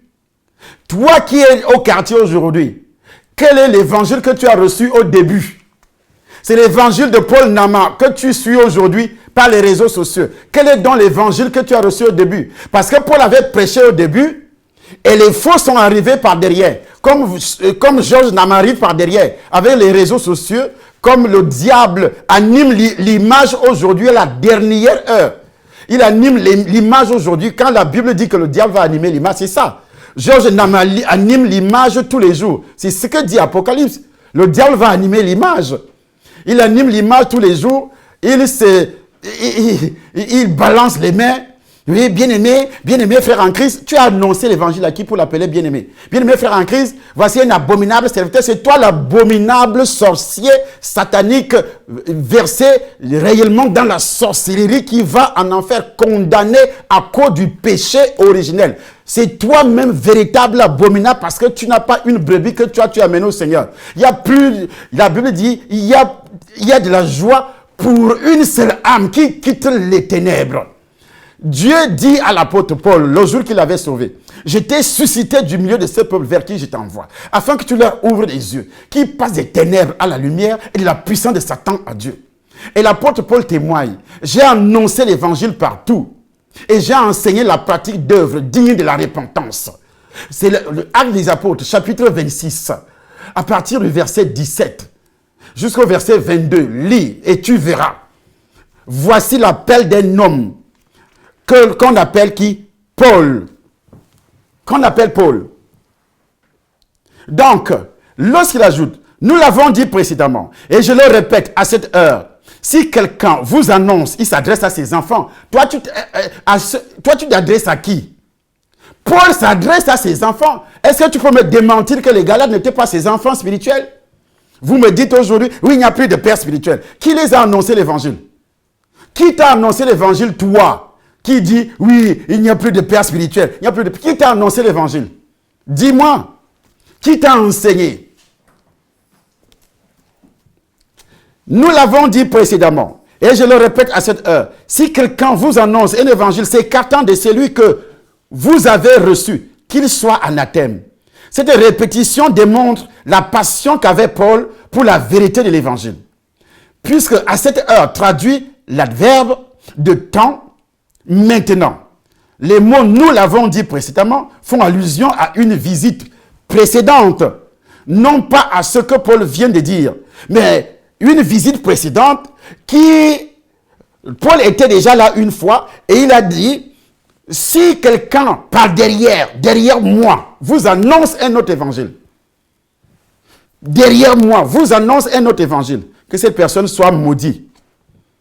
Ce que j'ai dit à ce moment-là, quand j'étais avec vous, je vous le répète maintenant, dès le début de son ministère, parmi les Galates, Paul les a avertis de l'apparition imminente des perversions de l'évangile. L'évangile que vous avez reçu est la bonne nouvelle de la grâce de Christ qui a été prêchée et en laquelle les Galates ont cru. Toi, tu as cru à quel évangile? Tu as embrassé combien d'évangiles aujourd'hui? Tu as déjà participé à combien? Aujourd'hui, tu es dans l'église du Saint-Esprit. Demain, tu es dans l'église. Après-demain, tu es dans l'église. Il y a ceux qui cherchent des miracles. Il y a ceux qui cherchent des prophéties. Il y a ceux qui cherchent des guérisons. Ils ne savent même pas quelle est la base, le fondement. Où est-ce que tu as reçu l'évangile? Et c'est comme ça que vous allez d'une église à l'autre pour blasphémer. Et c'est comme ça qu'on vous emporte par tout vent de doctrine. Par tout vent de doctrine. Non seulement il ne faut ni croire ni suivre ces faux apôtres, ces faux pasteurs, mais il faut également les laisser au jugement d'anathème de Dieu. Être anathème, c'est-à-dire être voué à la destruction. Si vous ne savez pas ce que ça veut dire, ce monsieur-là, l'homme que vous appelez Georges Namala, voici une preuve, qu'il vous montre son assemblée. Il vous montre d'abord son père spirituel, où il a grandi, il a servi cet homme-là. La Bible vient de nous dire que Josué, serviteur de Moïse, il a servi Moïse. Et c'est après la mort de Moïse que Dieu dira. Même Paul. C'est pourquoi l'apôtre Paul dit, je vous déclare, frère, que l'évangile qui a été annoncé par moi n'est pas de l'homme. Car je ne l'ai ni reçu, ni appris d'un homme, mais par une révélation de Jésus-Christ. Vous avez su, en effet, quelle était autrefois ma conduite dans le judaïsme. Donc on connaît son témoignage.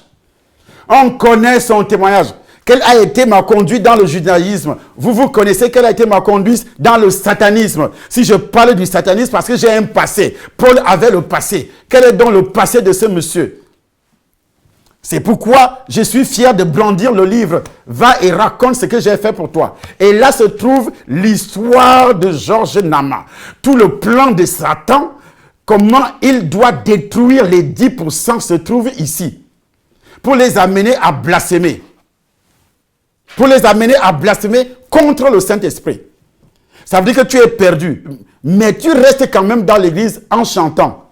Tu chantes, tu pries. Mais tu pries intellectuellement. Par la coutume, par la tradition. Tu ne pries plus parce que. Quel est donc le passé de Georges Nama? Il s'est converti comment? Ce n'est pas les chrétiens. On ne parle pas des chrétiens. Le chrétien n'a pas un passé.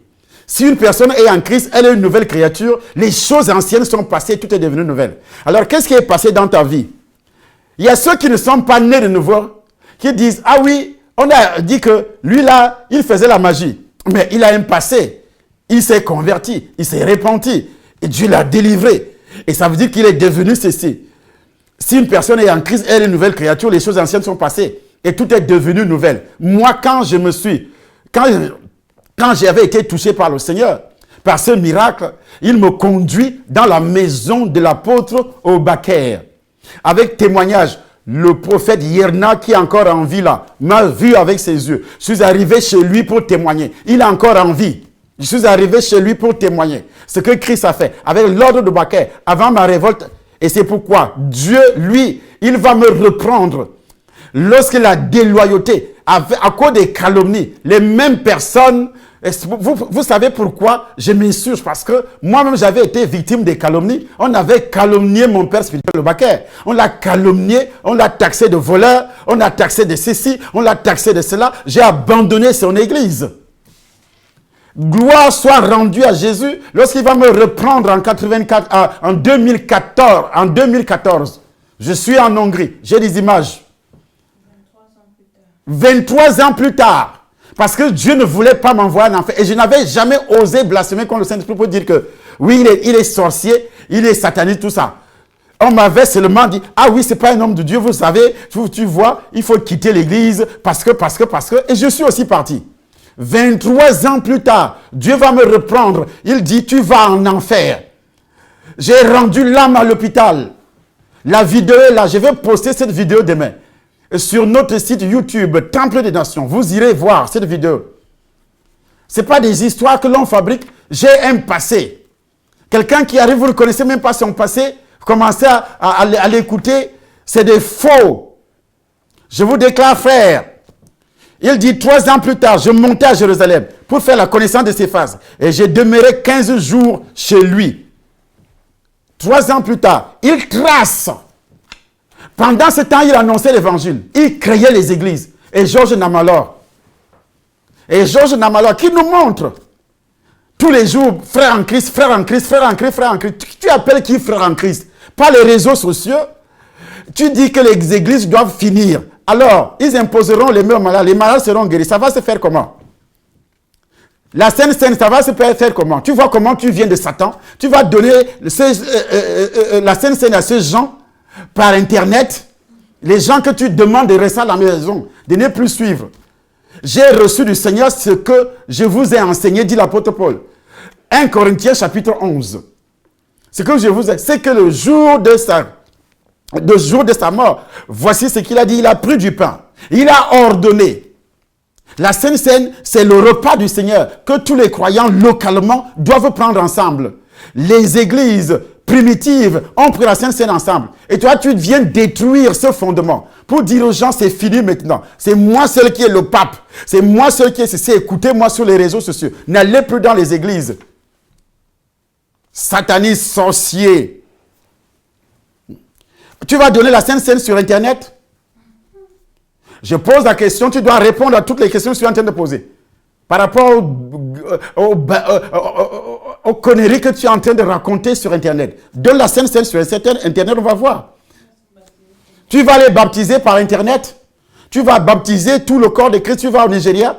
Le Nigeria seul a des millions d'âmes. Au Cameroun, eux tous doivent rester à la maison. Au niveau de la France, tous doivent rester à la maison. Parce que tu as saboté au niveau des États-Unis. Tous doivent rester à la maison. Puisque tu as dit que tu ne recommandes aucune église, selon toi. Toi, tu es qui pour recommander les églises?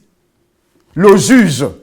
Ne jugez point, dit la parole de Dieu. Car vous serez jugés de la même façon que vous jugez. Vous serez également jugés. Mais toi, tu juges tout le monde. Tu les condamnes. Tu sais qui va en enfer et qui ne va pas en enfer. C'est ça l'évangile. Un des objectifs de ce faux dans l'église de Paul était de provoquer la controverse, la confusion parmi les églises de Galatie et de discréditer l'autorité apostolique de Paul. Et c'est ça la mission de ce monsieur, discréditer, créer la confusion dans le corps de Christ, créer la controverse dans le corps de Christ. Il sait qu'il ne peut pas saper la prédication de l'évangile.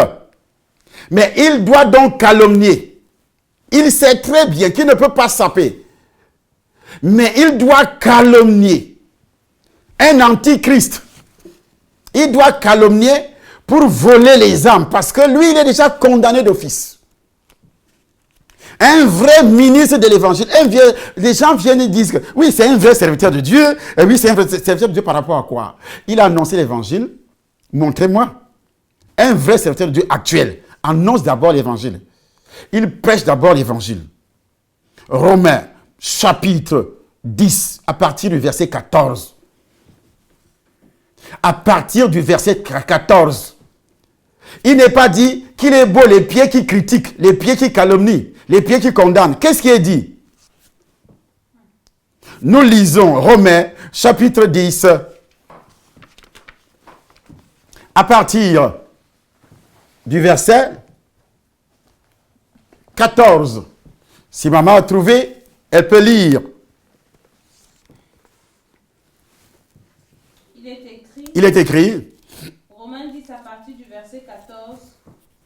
Comment entendront-ils parler? Comment donc invoqueront-ils celui en qui n'ont pas cru? Comment donc invoqueront-ils celui en qui n'ont pas cru? Et comment croiront-ils en celui dont ils n'ont pas entendu? Et comment croiront-ils en celui dont ils n'ont pas entendu parler? Comment entendront-ils parler s'il n'y a personne qui prêche? Et comment entendront-ils parler s'il n'y a personne qui prêche? Qu'est-ce que Paul Nama prêche? Vous avez déjà entendu sa prédication? Que des calomnies, toutes les vidéos qui sont sur le truc, qui sont sur son truc. Tel abominable serviteur de Dieu a fait ça, tel s'est transformé en sirène, tel a l'onction de sirène, tel a l'onction de ceci, tel a couché avec une femme, tel a couché avec ceci. Voilà. Est-ce que c'est ça la prédication?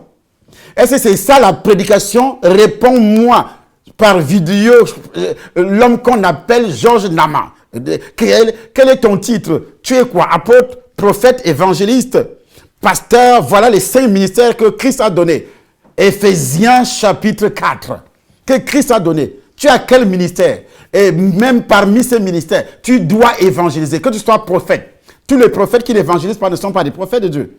Ce ne sont pas les prophètes de l'Ancien Testament, s'il vous plaît. Le prophète actuel doit évangéliser. Le pasteur actuel doit évangéliser. Doit amener les âmes au Seigneur. Tout le monde. Les brebis doivent amener les âmes au Seigneur. Tu ne peux pas dire que Dieu m'a envoyé créer une église alors que tu n'évangélises pas. Tu vas créer une église comment? Avec les âmes d'autrui? Dieu m'a envoyé faire ceci. Mais tu vas le faire comment? Avec les âmes d'autrui? Paul lui-même dit, je ne construis pas sur les fondements des autres, sur les bases des autres. Non. Il a posé son fondement à lui. À lui. Pierre aussi de son côté, il a lutté contre ces faux. Contre tous ces faux-là. 2 Pierre, chapitre 2. Nous sommes au chapitre 2. À partir du 1er verset. C'est là que je vais terminer. Pour vous montrer que ce soit Paul, que ce soit Pierre, c'est des gens qui ont lutté. C'est des gens qui ont lutté contre ces faussaires, ces vendeurs d'illusions, ces vendeurs d'âmes, ces voleurs d'âmes. Il est écrit. 2 Pierre à partir du 1er verset. Il y a parmi le peuple de faux prophètes. Il y aura de même parmi vous de faux docteurs qui introduiront des sectes pernicieuses. Il dit qui introduiront. Donc ils n'ont rien, ils viennent, ils introduisent dans le corps de Christ. Introduire. L'homme qui évangélise, je dis bien évangéliser, il forme son assemblée, il commence à enseigner, il n'a pas introduit, il a créé. C'est différent. L'homme qui introduit, c'est-à-dire tu voles une âme que tu n'as pas évangélisé. Tu parles, tu t'adresses à une âme que toi, tu n'as pas évangélisé. Comme dans le cas des Galates, comme dans le cas de Pierre également. Qui introduiront, oui. Des doctrines pernicieuses. Des doctrines pernicieuses. Et dans la vie des âmes qu'il n'a pas évangélisées. Tu introduis des doctrines pernicieuses, oui. Et qui reniant le maître qui les a rachetés. Reniant le maître qui les a rachetés. Parce que attireront sur eux parce que ils ne travaillent pas pour Jésus, ils travaillent pour leur ventre. Donc il veut décourager les âmes pour les amener où en enfer. Il amène ces âmes à renier. Parce que quand une âme quitte son assemblée, Hébreux chapitre 10 quoi? Chapitre 10 dit quoi? N'abandonnons pas nos assemblées, notre assemblée, comme c'est la coutume de quelques-uns. C'est la coutume de quelques-uns. On abandonne, on reste à la maison. On abandonne, on change. On commence à chercher à gauche, à droite. Comme c'est la coutume de quelques-uns. Comme c'est la coutume de quelques-uns. Il juge. Il vient juger qui? Tu n'es même pas, tu n'as pas une... Tu viens juger qui? Quand tu te présentes devant les serviteurs de Dieu, tu dis que tu as une assemblée où? Nous lisons, continuez à lire. Qui reniant le maître qui les a rachetés, attireront sur eux une ruine soudaine. Attireront sur eux une ruine soudaine. Plusieurs les suivront dans leur dissolution. Plusieurs les suivront dans leur dissolution. Et la voix de la vérité Et la voix de la vérité sera calomniée. Ah. Plusieurs suivent ce monsieur dans sa dissolution. Et la voix de la vérité. Christ a enseigné l'amour. Christ a enseigné l'obéissance. Christ a enseigné la loyauté. Mais cette voix est calomniée aujourd'hui. Christ a enseigné ce qu'on appelle la persévérance. C'est lui qui persévérera jusqu'à la fin. Christ a enseigné l'amour de telle sorte que il faut prier. Si tu vois ton frère commettre un péché, prie. Et Dieu donnera la vie à ses frères. Mais c'est le contraire chez Georges.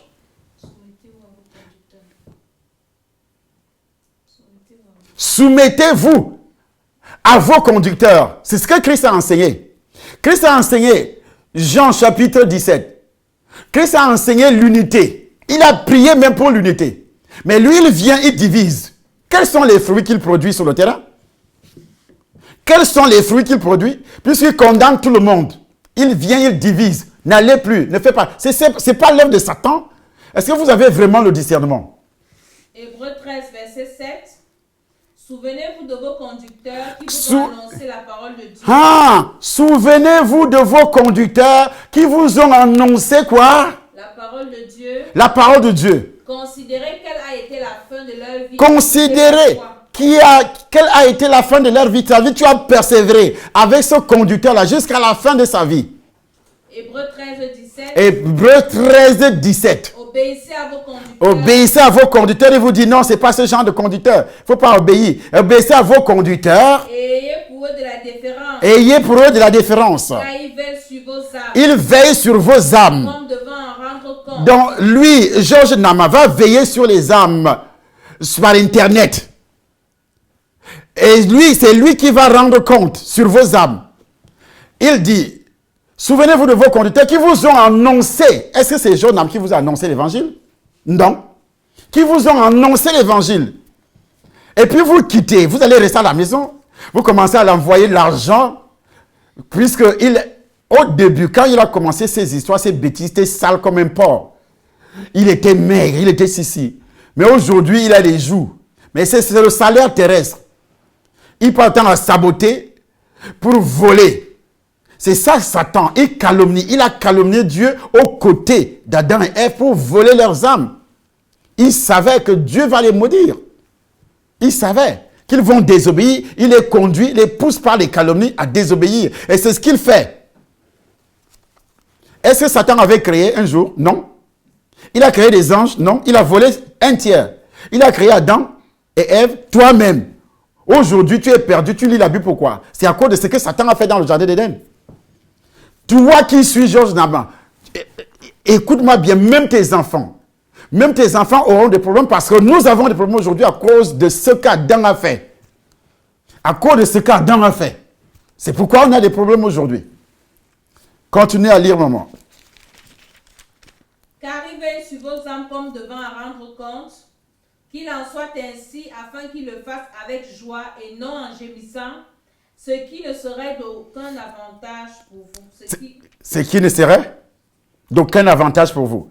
Quand on revient dans la lecture de 2 Pierre, la Bible précise de prêter attention à la parole prophétique. Tu étais à quel niveau? 2 Pierre. Verset 2. Plusieurs les suivront dans leur dissolution. Plusieurs les suivront dans leur dissolution. Et la voix de la vérité sera calomniée. Et la voix de la vérité sera calomniée. À cause d'eux. Par cupidité. Par cupidité. Ils trafiqueront de vous au moyen de paroles trompeuses. Pierre s'adresse à ses enfants. Il ne s'adresse pas à d'autres. Mais ce monsieur, Georges Nama, s'adresse à qui? C'est lui qui t'a annoncé l'évangile. C'est lui qui est ton conducteur aujourd'hui. Répondez pour être clair dans vos actes, dans votre démarche. Par cupidité, il trafique. C'est un trafiquant d'âmes. Reliez encore ces versets.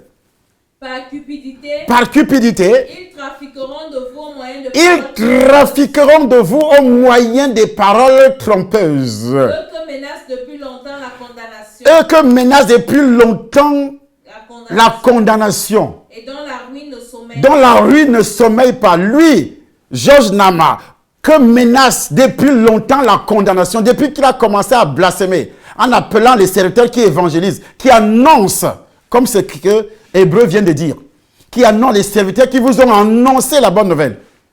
Ils vous ont annoncé la bonne nouvelle.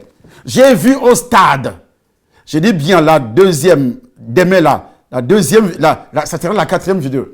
La quatrième là, on va montrer le stade où j'annonce l'évangile. Que Georges Nama nous montre où j'annonce l'évangile pour que les âmes reçoivent le Seigneur. Avant de parler de miracles, les gens ont vu au Cameroun, le stade plein, rempli de monde. J'appelle qui veut recevoir le Seigneur.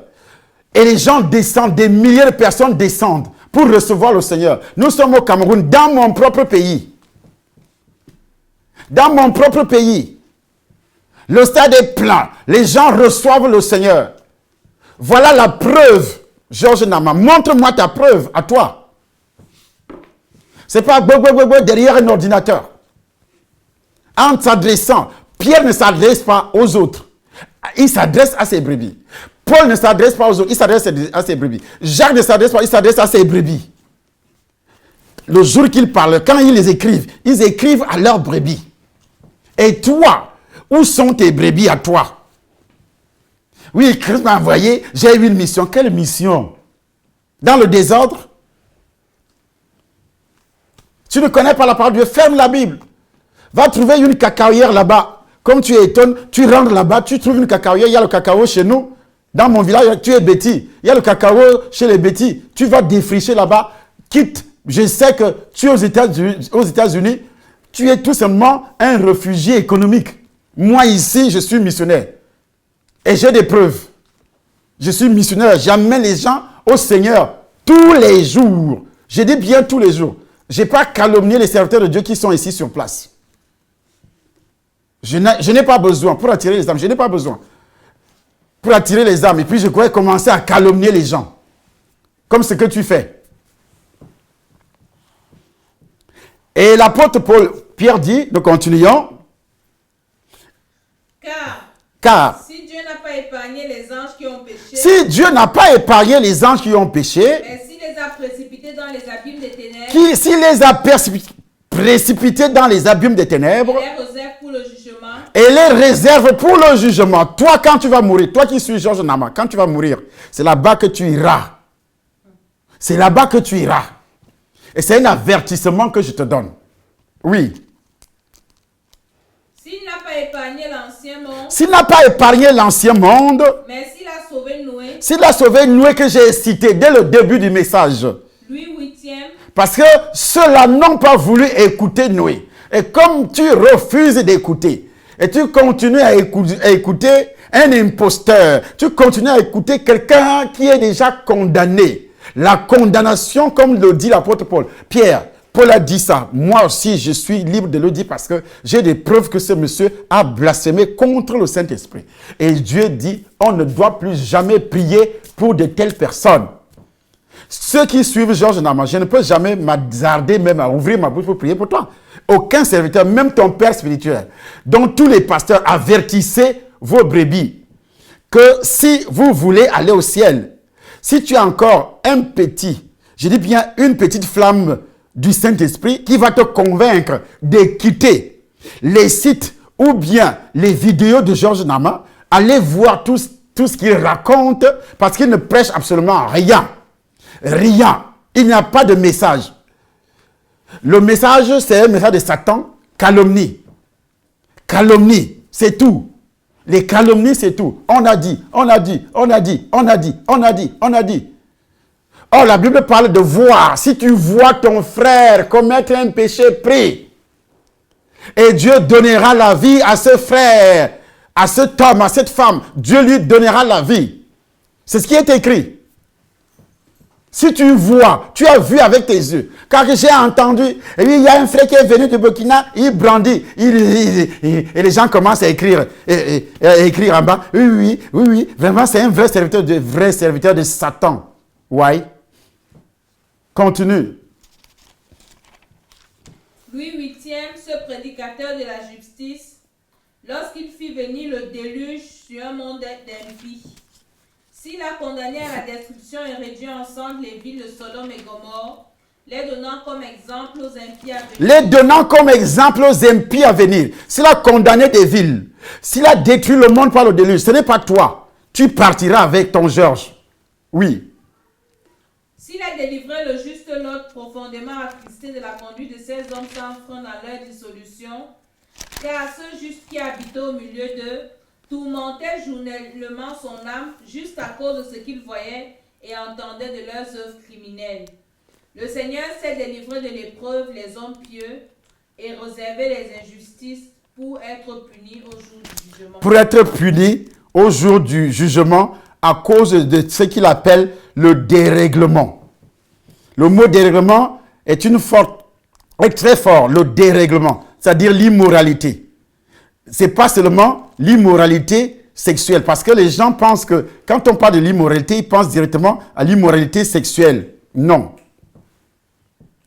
Ceux surtout qui vont après la chair, Ceux surtout qui vont après la chair, dans un désir d'impureté, et qui méprisent l'autorité, audacieux et arrogant. Il faut voir comment il parle. Ils ne craignent pas d'injurier les gloires. Ils ne craignent pas d'injurier les gloires. C'est abominable, Oyedepo. C'est abominable, comment il s'appelle, Mamadou Karambiri. C'est abominable, même sa femme. Il fait des vidéos sur les femmes des gens. C'est abominable. C'est le mot français qu'il a trouvé, qui est tellement un mot abominable, abominable. Or, c'est lui le vrai abominable. Abominable 10 fois.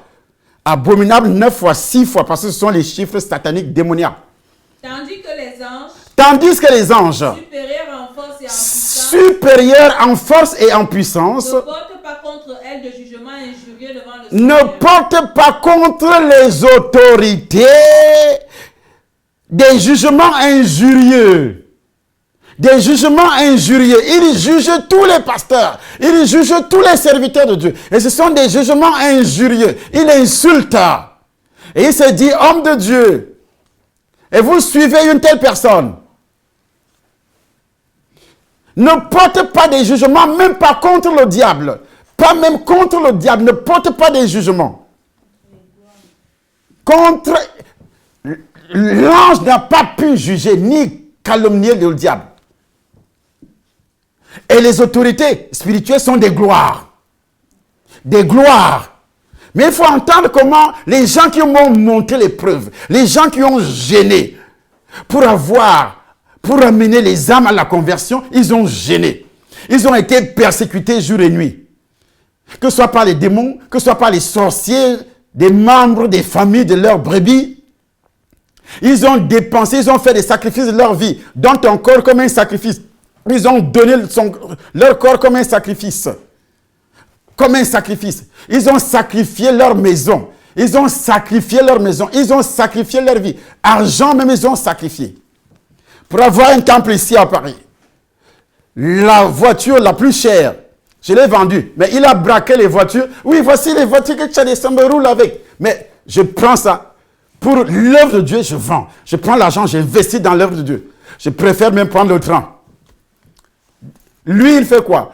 L'ordinateur qu'il utilise, c'est une femme qui a jeté. Là où il habite, il fait quoi? Réfugié économique. Ici, là où je suis, ce n'est pas l'argent de ce pays-là qui me nourrit, qui nourrit mes enfants. Pas du tout. Ni la maison. Lui, réfugié économique. Il passe le temps à injurier les gloires à cause de la jalousie, parce qu'ils ont réussi. Ça, c'est le diable. Le diable est jaloux, le sorcier est jaloux. Quand tu réussis, on nous a enseigné, étant sataniste, que tu haïras toute forme de vie. Donc, tu haïras toute forme de réussite. Remarquez bien, chaque serviteur de Dieu qui commence à monter, dès qu'il voit les images, il va commencer à chercher des choses à gauche, à droite. Il va commencer à chercher des signes. Il va, comme Google est déjà là, tous les signes qu'il montre là, il va chercher sur Google. Sur Google. Il fait des montages à gauche, à droite. Il amplifie les gestes. Il montre là où l'Ivoirien là giflait une femme au Cameroun. Il amplifie comment il gifle 10 fois. Et pourtant, il a giflé une fois. Pour montrer la gravité, pour amplifier la faute, pour amplifier ceci, il fait répéter la phrase 10 fois pour que le monsieur soit rejeté. Or, un être humain peut toujours commettre des erreurs. Et il peut se ressaisir, demander pardon à Dieu. Mais il pêche, il peut demander pardon à Dieu et Dieu le pardonne. Mais c'est lui qui blasphème comme lui, il blasphème. Disant que c'est Satan, c'est fini pour lui. C'est fini pour lui. Il fait le travail de l'accusateur. C'est un accusateur. Le diable a accusé Josué. Qu'est-ce que nous lisons dans le livre de Zacharie? C'est le travail du diable qu'il fait. Zacharie chapitre combien? Chapitre 3. Vous pouvez lire dans votre Bible. Qu'est-ce que le diable a fait avec le souverain sacrificateur Josué? Qu'est-ce qu'il a fait? Écoutez la réponse de Dieu ce jour-là. Nous lisons, maman, si tu as trouvé. Il est écrit. Il me fit voir Josué. Il me fit voir Josué. Le souverain sacrificateur. Le souverain sacrificateur. Debout devant l'ange de l'Éternel. Debout devant l'ange de l'Éternel. Et Satan qui se tenait à sa droite pour l'accuser. Et Satan qui se tenait à sa droite pour l'accuser. L'Éternel dit à Satan. L'Éternel dit à Satan. L'Éternel dit à cet homme, Georges Nama. Que l'Éternel te réprime. Que l'Éternel te réprime. Satan. Satan, Georges Nama. Que l'Éternel te réprime. Tu verras ce qui va t'arriver. Tu as mis ta bouche sur les serviteurs de Dieu. Il n'y a personne qui peut rester indemne. Quand tu injuries les gloires, je le dis, il y a ceux qui ont tenté, qui ont mis leur bouche sur moi. Aujourd'hui, la plupart ont été touchés. La grande majorité ont été touchés. Je ne parle pas de moi. Mais les serviteurs de Dieu que tu as touchés là, je ne peux pas le répéter 2 fois. Tu verras, déjà tu es condamné d'office pour l'enfer. Tu ne peux plus jamais. Et tout ce qui, pour savoir que là où tu es, tu peux encore être sauvé, c'est se retirer de la liste en quittant les sites de Georges Nama. En se désabonnant, tu dis, je ne veux plus. Tu quittes. Là, on peut encore penser que, je dis bien, on peut encore penser que, mais si tu as passé le temps à blasphémer, parce qu'ils sont nombreux, c'est une association de malfaiteurs spirituels, des blasphémateurs qui sont dans son site. C'est une association de blasphémateurs qui sont dans son site, sur ses pages Facebook pour blasphémer, pour entraîner les 10%, pour les entraîner aussi. Ce sont des tactiques de Satan. Ils sont là pour vous entraîner. Ceux qui peuvent encore se repentir. Comme l'apôtre Pierre le disait à Simon, que si cela est encore possible, répands-toi de ta méchanceté et prie le Seigneur qu'il te pardonne. Si cela est encore possible. Oui, continue. L'Éternel dit à Satan. Que l'Éternel te réprime, Satan. Que l'Éternel te réprime, Satan. Que l'Éternel te réprime. Que l'Éternel te réprime. Lui qui a choisi Jérusalem. Lui qui a choisi les serviteurs que toi, tu fais les montages là, tu exposes, tu dis, lui qui les a choisis. N'est-ce pas là un tisson c'est nous. N'est-ce pas là un tisson arraché du feu? Un tisson arraché du feu. Arraché du feu parce que on avait la destination pour aller en enfer. Et Jésus-Christ nous a arraché du feu. Et puis toi, tu passes le temps à nous accuser. C'est ce que Dieu disait à Satan ce jour-là. Tu passes le temps à accuser Josué. N'est-ce pas là un tisson arraché du feu? Josué était couvert de vêtements sales. Or, Josué était couvert de vêtements sales. Et il se tenait debout devant l'ange. Et il se tenait debout devant l'ange. L'ange prenant la parole. Alors, Josué qui était couvert de vêtements sales, qu'est-ce que ça veut dire? C'est le péché. Mais Satan croyait avoir raison sur Josué. Comme toi. Tu passes le temps à démontrer que tel serviteur de Dieu c'est un pécheur, tel serviteur de Dieu c'est un voleur, c'est un escroc, tel est ceci, tel est cela. C'est tout le travail que tu fais. Le travail de l'accusateur, Satan. Satan, le travail de Satan. Mais Dieu n'a pas accepté. Tout ce que tu fais là, Dieu n'accepte pas. C'est des bêtises. C'est des bêtises. Tu effraies seulement ceux qui t'écoutent. Tu effraies les gens pour les amener en enfer. C'est tout. L'ange prenant la parole, l'ange prenant la parole, dit à ceux qui étaient devant lui, dit à ceux qui étaient devant lui, ôtez-lui les vêtements sales. ôtez-lui les vêtements sales. Satan a eu honte ce jour-là. Georges Nama, dans ton enfer, tu auras honte de voir les serviteurs que tu accuses là au ciel. Et ceux qui sont avec toi, ils auront honte. Et vous, dans les flammes, vous aurez honte de les voir au ciel et que vous, dans les flammes éternelles, là où vous êtes, vous ne pouvez plus jamais être pardonné. C'est pourquoi, même si on dit n'importe quoi, tu ne peux jamais, tu ne peux même pas se dire que je demande pardon. Tu ne peux pas, là où tu es, parce que tu es condamné d'office. C'est pourquoi la repentance est loin de Satan. Est-ce que tu entendrais un jour que Satan s'est repenti? Pas du tout, qu'un démon s'est repenti. La même condamnation, je commence là où j'ai commencé. Je termine, pardon, là où j'ai commencé.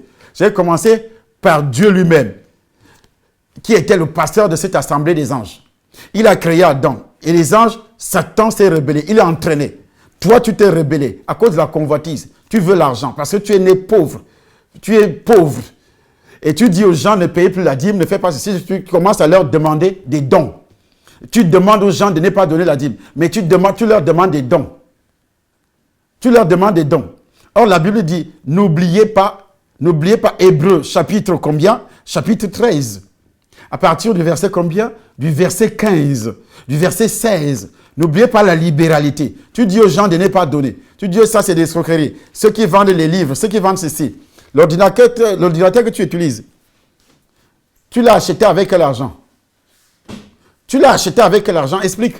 Pourquoi tu ne prends pas l'argent de tes entreprises pour mettre ta chaîne télévision sur satellite? Pourquoi tu demandes aux gens de t'envoyer de l'argent? Tu as effacé ça sur ton site. Moi, j'ai copié, j'ai ça. Je veux montrer aux gens. Tu penses que tu es ça. Tu as effacé parce que tu as entendu qu'on va faire ça. Et puis, tu as enlevé cette partie dans le site. Tu es rusé comme ton père le diable. Tu es rusé comme le serpent pour voler des âmes. J'ai dit pour voler les âmes de ceux qui les ont évangélisés. Et j'ai le plein droit de dire, parce que c'est écrit dans la parole de Dieu. Toi, tu n'as jamais évangélisé. Donc, tu ne dois même pas parler de Christ. Tu ne dois même pas parler de... Tu ne dois même pas parler de Dieu. Tu n'es même pas né de nouveau. Un enfant de Dieu qui est né de nouveau évangélise. Évangélise, même s'il n'est pas pasteur, il doit évangéliser. Un vrai enfant de Dieu. Parce que ça bouillonne dans son esprit. Il ne passe pas le temps à calomnier, à insulter, à dire des choses, des banalités. Il prie tous les jours parce qu'il a un poids éternel dans le cœur. Parce qu'il voit les âmes aller en enfer. Et toi, qu'est-ce que tu n'as jamais eu de poids dans le cœur? C'est pourquoi la Bible, l'apôtre Paul dit, cela, il a souffert pour les âmes. Il a souffert pour les âmes. Et toi, tu n'as jamais souffert. Tu es un mercenaire. Tu as souffert sur quoi? Tu as souffert sur quoi? Il y a des serviteurs de Dieu qui ont fait des prisons à cause de l'évangile. Des prisons à cause de... Toi, tu as souffert sur quoi? Dis-moi un peu. Dis-moi un peu. Tu as souffert sur quoi? À peine arrivé aux États-Unis, tu vois Internet, et puis tu achètes un ordinateur, tu te mets derrière, tu commences à parler. Tu as souffert sur quoi? Tu t'adresses à qui? Aux âmes qui ont déjà reçu le Seigneur dans les églises des autres. Pas même aux païens, parce que tu as peur que les païens vont t'insulter. Tu ne peux pas convertir une seule âme. Montre-nous les âmes. C'est ça le défi. Je te lance un défi. Montre-moi avant de quitter le Cameroun. Pour dire que je suis parti en mission, il faut d'abord montrer les preuves là où tu vis. Moi, je te lance ce défi. Montre-moi l'assemblée que tu as dirigée, où tu es né de nouveau. Tu as servi le Seigneur dans cette assemblée là au Cameroun avant d'aller aux États-Unis. Et tu as servi le Seigneur là. Et tu as laissé des brebis que tu enseignes. Étant même aux États-Unis, moi je prêche par vidéoconférence, même au téléphone. L'église dépense 30 000, 40 000 pour charger le téléphone pour que je parle pendant 1 heure de temps. On appelle de l'Afrique où le téléphone coûte plus cher. On appelle de l'Afrique pour que je parle par vidéoconférence. J'ai pris ce qu'on appelle fibre optique. J'ai payé 7 millions de francs CFA à Camtel pour mettre la fibre optique. Ça n'a jamais fonctionné. 15 minutes seulement. 15 minutes seulement. 7 millions de francs CFA pour mettre la fibre optique. Ils ont tout installé. Ça n'a jamais fonctionné. Voilà le Cameroun. Ils savent seulement critiquer. Voilà l'argent que toi tu appelles escroquerie. Dis-moi ce que tu fais. Pour Christ, tout ça c'est pour le Seigneur. Tout ça c'est pour le Seigneur. Je dis tout ça c'est pour le Seigneur. Dis-moi ce que toi tu fais, Georges Nama. On peut s'asseoir, je montre la foi par les œuvres. Au lieu des propos, tu peux s'asseoir que tu as cité. Que ce soit les évangélistes, ils peuvent s'asseoir, ils montrent les œuvres. Et quand ils montrent les œuvres, toi tu prends les films, les vidéos, des chapelles qu'ils sont en train de construire. Ils sont en train de construire des chapelles, comme Marcelo Tounassi, et puis tu prends, tu dis que non, est-ce que Jésus avait une chapelle? Jésus avait quoi avoir une chapelle sur la terre? Il est venu accomplir sa mission, comme tu ne connais pas la parole de Dieu. Qu'est-ce qu'il avait à foutre avec une chapelle sur la terre, Jésus? Il est venu rester sur la terre? Est-ce que les pierres n'ont pas prêché dans les temples? Dis-moi. Réponds à toutes mes questions aujourd'hui. Est-ce que Pierre n'a pas prêché dans un temple? Les cellules de maison. Est-ce que ces maisons-là n'ont pas été construites par des brebis? Le temple sert à quoi? C'est pour protéger le temple de Dieu. Tu dis que le corps est le temple du Saint-Esprit. Alors, le corps qui est le temple du Saint-Esprit sera exposé au froid. Il fait aujourd'hui, ici, là où j'habite, moins 2 degrés. Cette nuit, moins 2 degrés. Moins 2 degrés. Et puis, je vais donc prêcher l'évangile dehors, si je n'avais pas cette maison qui couvre le temple de Dieu. Voilà l'utilité du temple en béton, qui n'est pas le temple de Dieu, mais qui abrite le temple, qui protège les temples de Dieu, qui sont à l'intérieur de ces bétons. Qui sont à l'intérieur de ces bétons. Est-ce que le temple à Jérusalem était en plein air? Lis très bien ta Bible. Quand Pierre finit de délivrer l'homme qui était assis à la porte, le paralytique, Actes chapitre 3, qu'est-ce qu'il a fait? Pierre est entré dans Ils allaient au temple. Ils allaient où? Au temple. L'église primitive. Et tu racontes quoi aux gens? Des bêtises. Je dis bien des bêtises. L'église qui est dans la maison, prochaine vidéo, on va prouver que les pierres ont laissé les églises. Les Paul ont laissé les églises. S'ils écrivent, Jésus même parle de l'église, non? L'église 2. Les 7 lettres aux églises, il y avait 7 églises aussi. L'église d'Éphèse, c'est quoi? C'était une personne. Ils persévéraient où? Ils regardaient les vidéos sur Internet. Bandit, tu demandes aux gens de rester à la maison, de suivre les trucs à la maison. Et tu sors un verset biblique de son contexte, tu fais dire à la Bible de ce qu'elle ne dit pas. Parce que tu as affaire aux ignorants, qui te suivent comme des moutons, qui te suivent, tu les as remplis, tu les as envoûtés. Comme l'apôtre Paul le dit, il crie aux Galates, qui vous a envoûtés? Ô Galates, qui vous a envoûtés? Dis-moi qui tu écoutes. Romains chapitre 6, verset 16. Ne savez-vous pas qu'en vous livrant à quelqu'un comme esclave pour lui obéir, vous devenez l'esclave de celui-là. Vous êtes devenus les esclaves de Georges. Donc un enfant de Dieu, lui, il a reçu l'évangile de son père spirituel, il persévère. Il n'est pas son esclave, il est son enfant. Mais Georges n'est pas ton père. Donc, toi, tu l'écoutes, il n'est pas ton père, tu es devenu son esclave. C'est pourquoi l'apôtre Paul met un accent sur ça. Ne savez-vous pas qu'en vous livrant à quelqu'un comme esclave pour lui obéir, il dit à quelqu'un qui n'est pas ton père, en se livrant à quelqu'un comme esclave pour lui obéir, vous êtes esclave de celui à qui vous obéissez, du péché qui conduit à la mort. Comme Georges vit dans le péché du blasphème, et ça le conduit à la mort, et ça va vous conduire également à la mort, vous qui l'écoutez. Voilà ce que je peux vous dire. Voici le vrai serviteur de Dieu. Et ça, c'est le 3e signe. Qu'il n'est pas serviteur de Dieu parce qu'il n'a jamais annoncé l'évangile, premièrement. Et le vrai serviteur de Dieu a conduit les hommes. Conduit les hommes, ça a commencé sur Dieu lui-même. Il a conduit les anges. Satan s'est rebellé, il a entraîné. Il a conduit Adam et Ève. Adam et Ève, Satan toujours, comme Georges le fait, ils se sont rebellés. Et maintenant, il choisit Noé. Et les gens n'ont pas écouté Noé. Il a sauvé Noé. Et il a détruit les autres. En même temps, au niveau d'Israël, Abraham, et jusqu'à nos jours, Jésus est descendu. Les gens n'ont pas voulu écouter Jésus. Et la Bible dit que Jésus a donné comme apôtre, comme prophète, comme évangéliste, comme docteur, pour le perfectionnement des saints. Ce n'est pas dans le désordre. Et il a assigné des limites à chaque serviteur. Des limites à chaque serviteur. Il a donné les âmes. Les âmes que nous, l'évangile que nous prêchons, ceux qui reçoivent cet évangile. Même si vous avez plusieurs maîtres, vous n'avez cependant pas plusieurs pères, puisque c'est moi qui vous ai engendré par l'évangile. 1 Corinthiens chapitre 4 verset 15. Vous dites, on ne doit plus appeler quelqu'un père. Voici Paul qui parle. Alors effacez ce verset. Effacez ce verset. Vous ne devez plus appeler quelqu'un. Effacez ça. Il dit, même si vous avez 1000 maîtres, vous n'avez cependant pas plusieurs pères, dont il est leur père spirituel. À mes enfants. Il faut effacer tous ces versets. Tu écris ta Bible comme toutes les sectes le font. Écris ta Bible. Comme les Kakou Philippe disent qu'ils ont écrit leur Bible. Les autres ont écrit. Écris aussi ta part. Ne lis plus. Parce que tout ce que tu dis te condamne. Quand on lit réellement la vraie Bible, on lit avec l'Esprit de Dieu, on voit que tu es égaré et que tu es en train d'égarer les autres. Soyez donc bénis demain à 21h, à la même heure. Et nous allons traiter un point très important. Chaque serviteur de Dieu doit suivre. Nous allons montrer en ce moment-là ce qu'il dit des serviteurs de Dieu, ce que lui il dit des serviteurs de Dieu, et il fait les mêmes choses. Je dis bien, il fait les mêmes choses. C'est ce que nous allons démontrer avec ces images à lui. C'est ce qu'il fait, il fait des montages. Mais nous le faisons maintenant dans la vérité de Dieu, ayant le Saint-Esprit. Lui, il a blasphémé.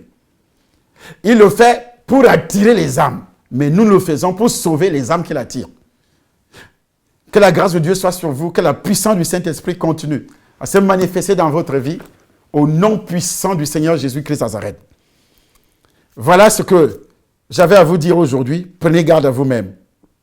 Au niveau de notre assemblée, ici, à Paris, puisqu'il vous décourage, nous avons notre adresse sur la nouvelle salle,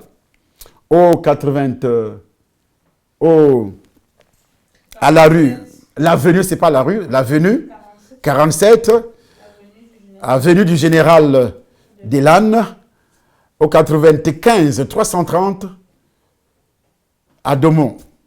Et c'est là la nouvelle adresse. Vous allez voir ça également sur notre télévision qui est sur YouTube. YouTube, vous mettez Temple de Nation. Quand vous êtes sur YouTube, mettez seulement Temple de Nation. Et vous allez voir toutes les vidéos passées et les autres vidéos d'enseignement et même le témoignage d'autres enseignements que nous postons tous les jours. Partagez. Il faut aussi s'abonner. Vous allez s'abonner chez Satan TV. Et vous refusez de s'abonner parce que vous avez été gagné pour aller en enfer. Pour aller en enfer. Pour quelqu'un qui a blasphémé contre le Saint-Esprit. Je dis bien, il a blasphémé. Je suis là. On doit le démontrer. Toutes les vidéos, on va démontrer qu'il a blasphémé, surtout la vidéo qu'il a blasphémé contre le Saint-Esprit. Et tout ce que vous devez vous repentir. Et ne cherchez pas à aller voir. Parce qu'il dit souvent, ah, on a fait ma publicité. Ne cherchez, tu cherches à aller voir, tu seras aussi gagné. Tu vas frapper, tu commences à chercher, tu seras aussi gagné, tu seras aussi condamné éternellement, définitivement. C'est un avertissement que je vous donne parce que je ne vous connais pas. Je parle de tous les enfants de Dieu qui persévèrent dans toutes les églises du monde entier.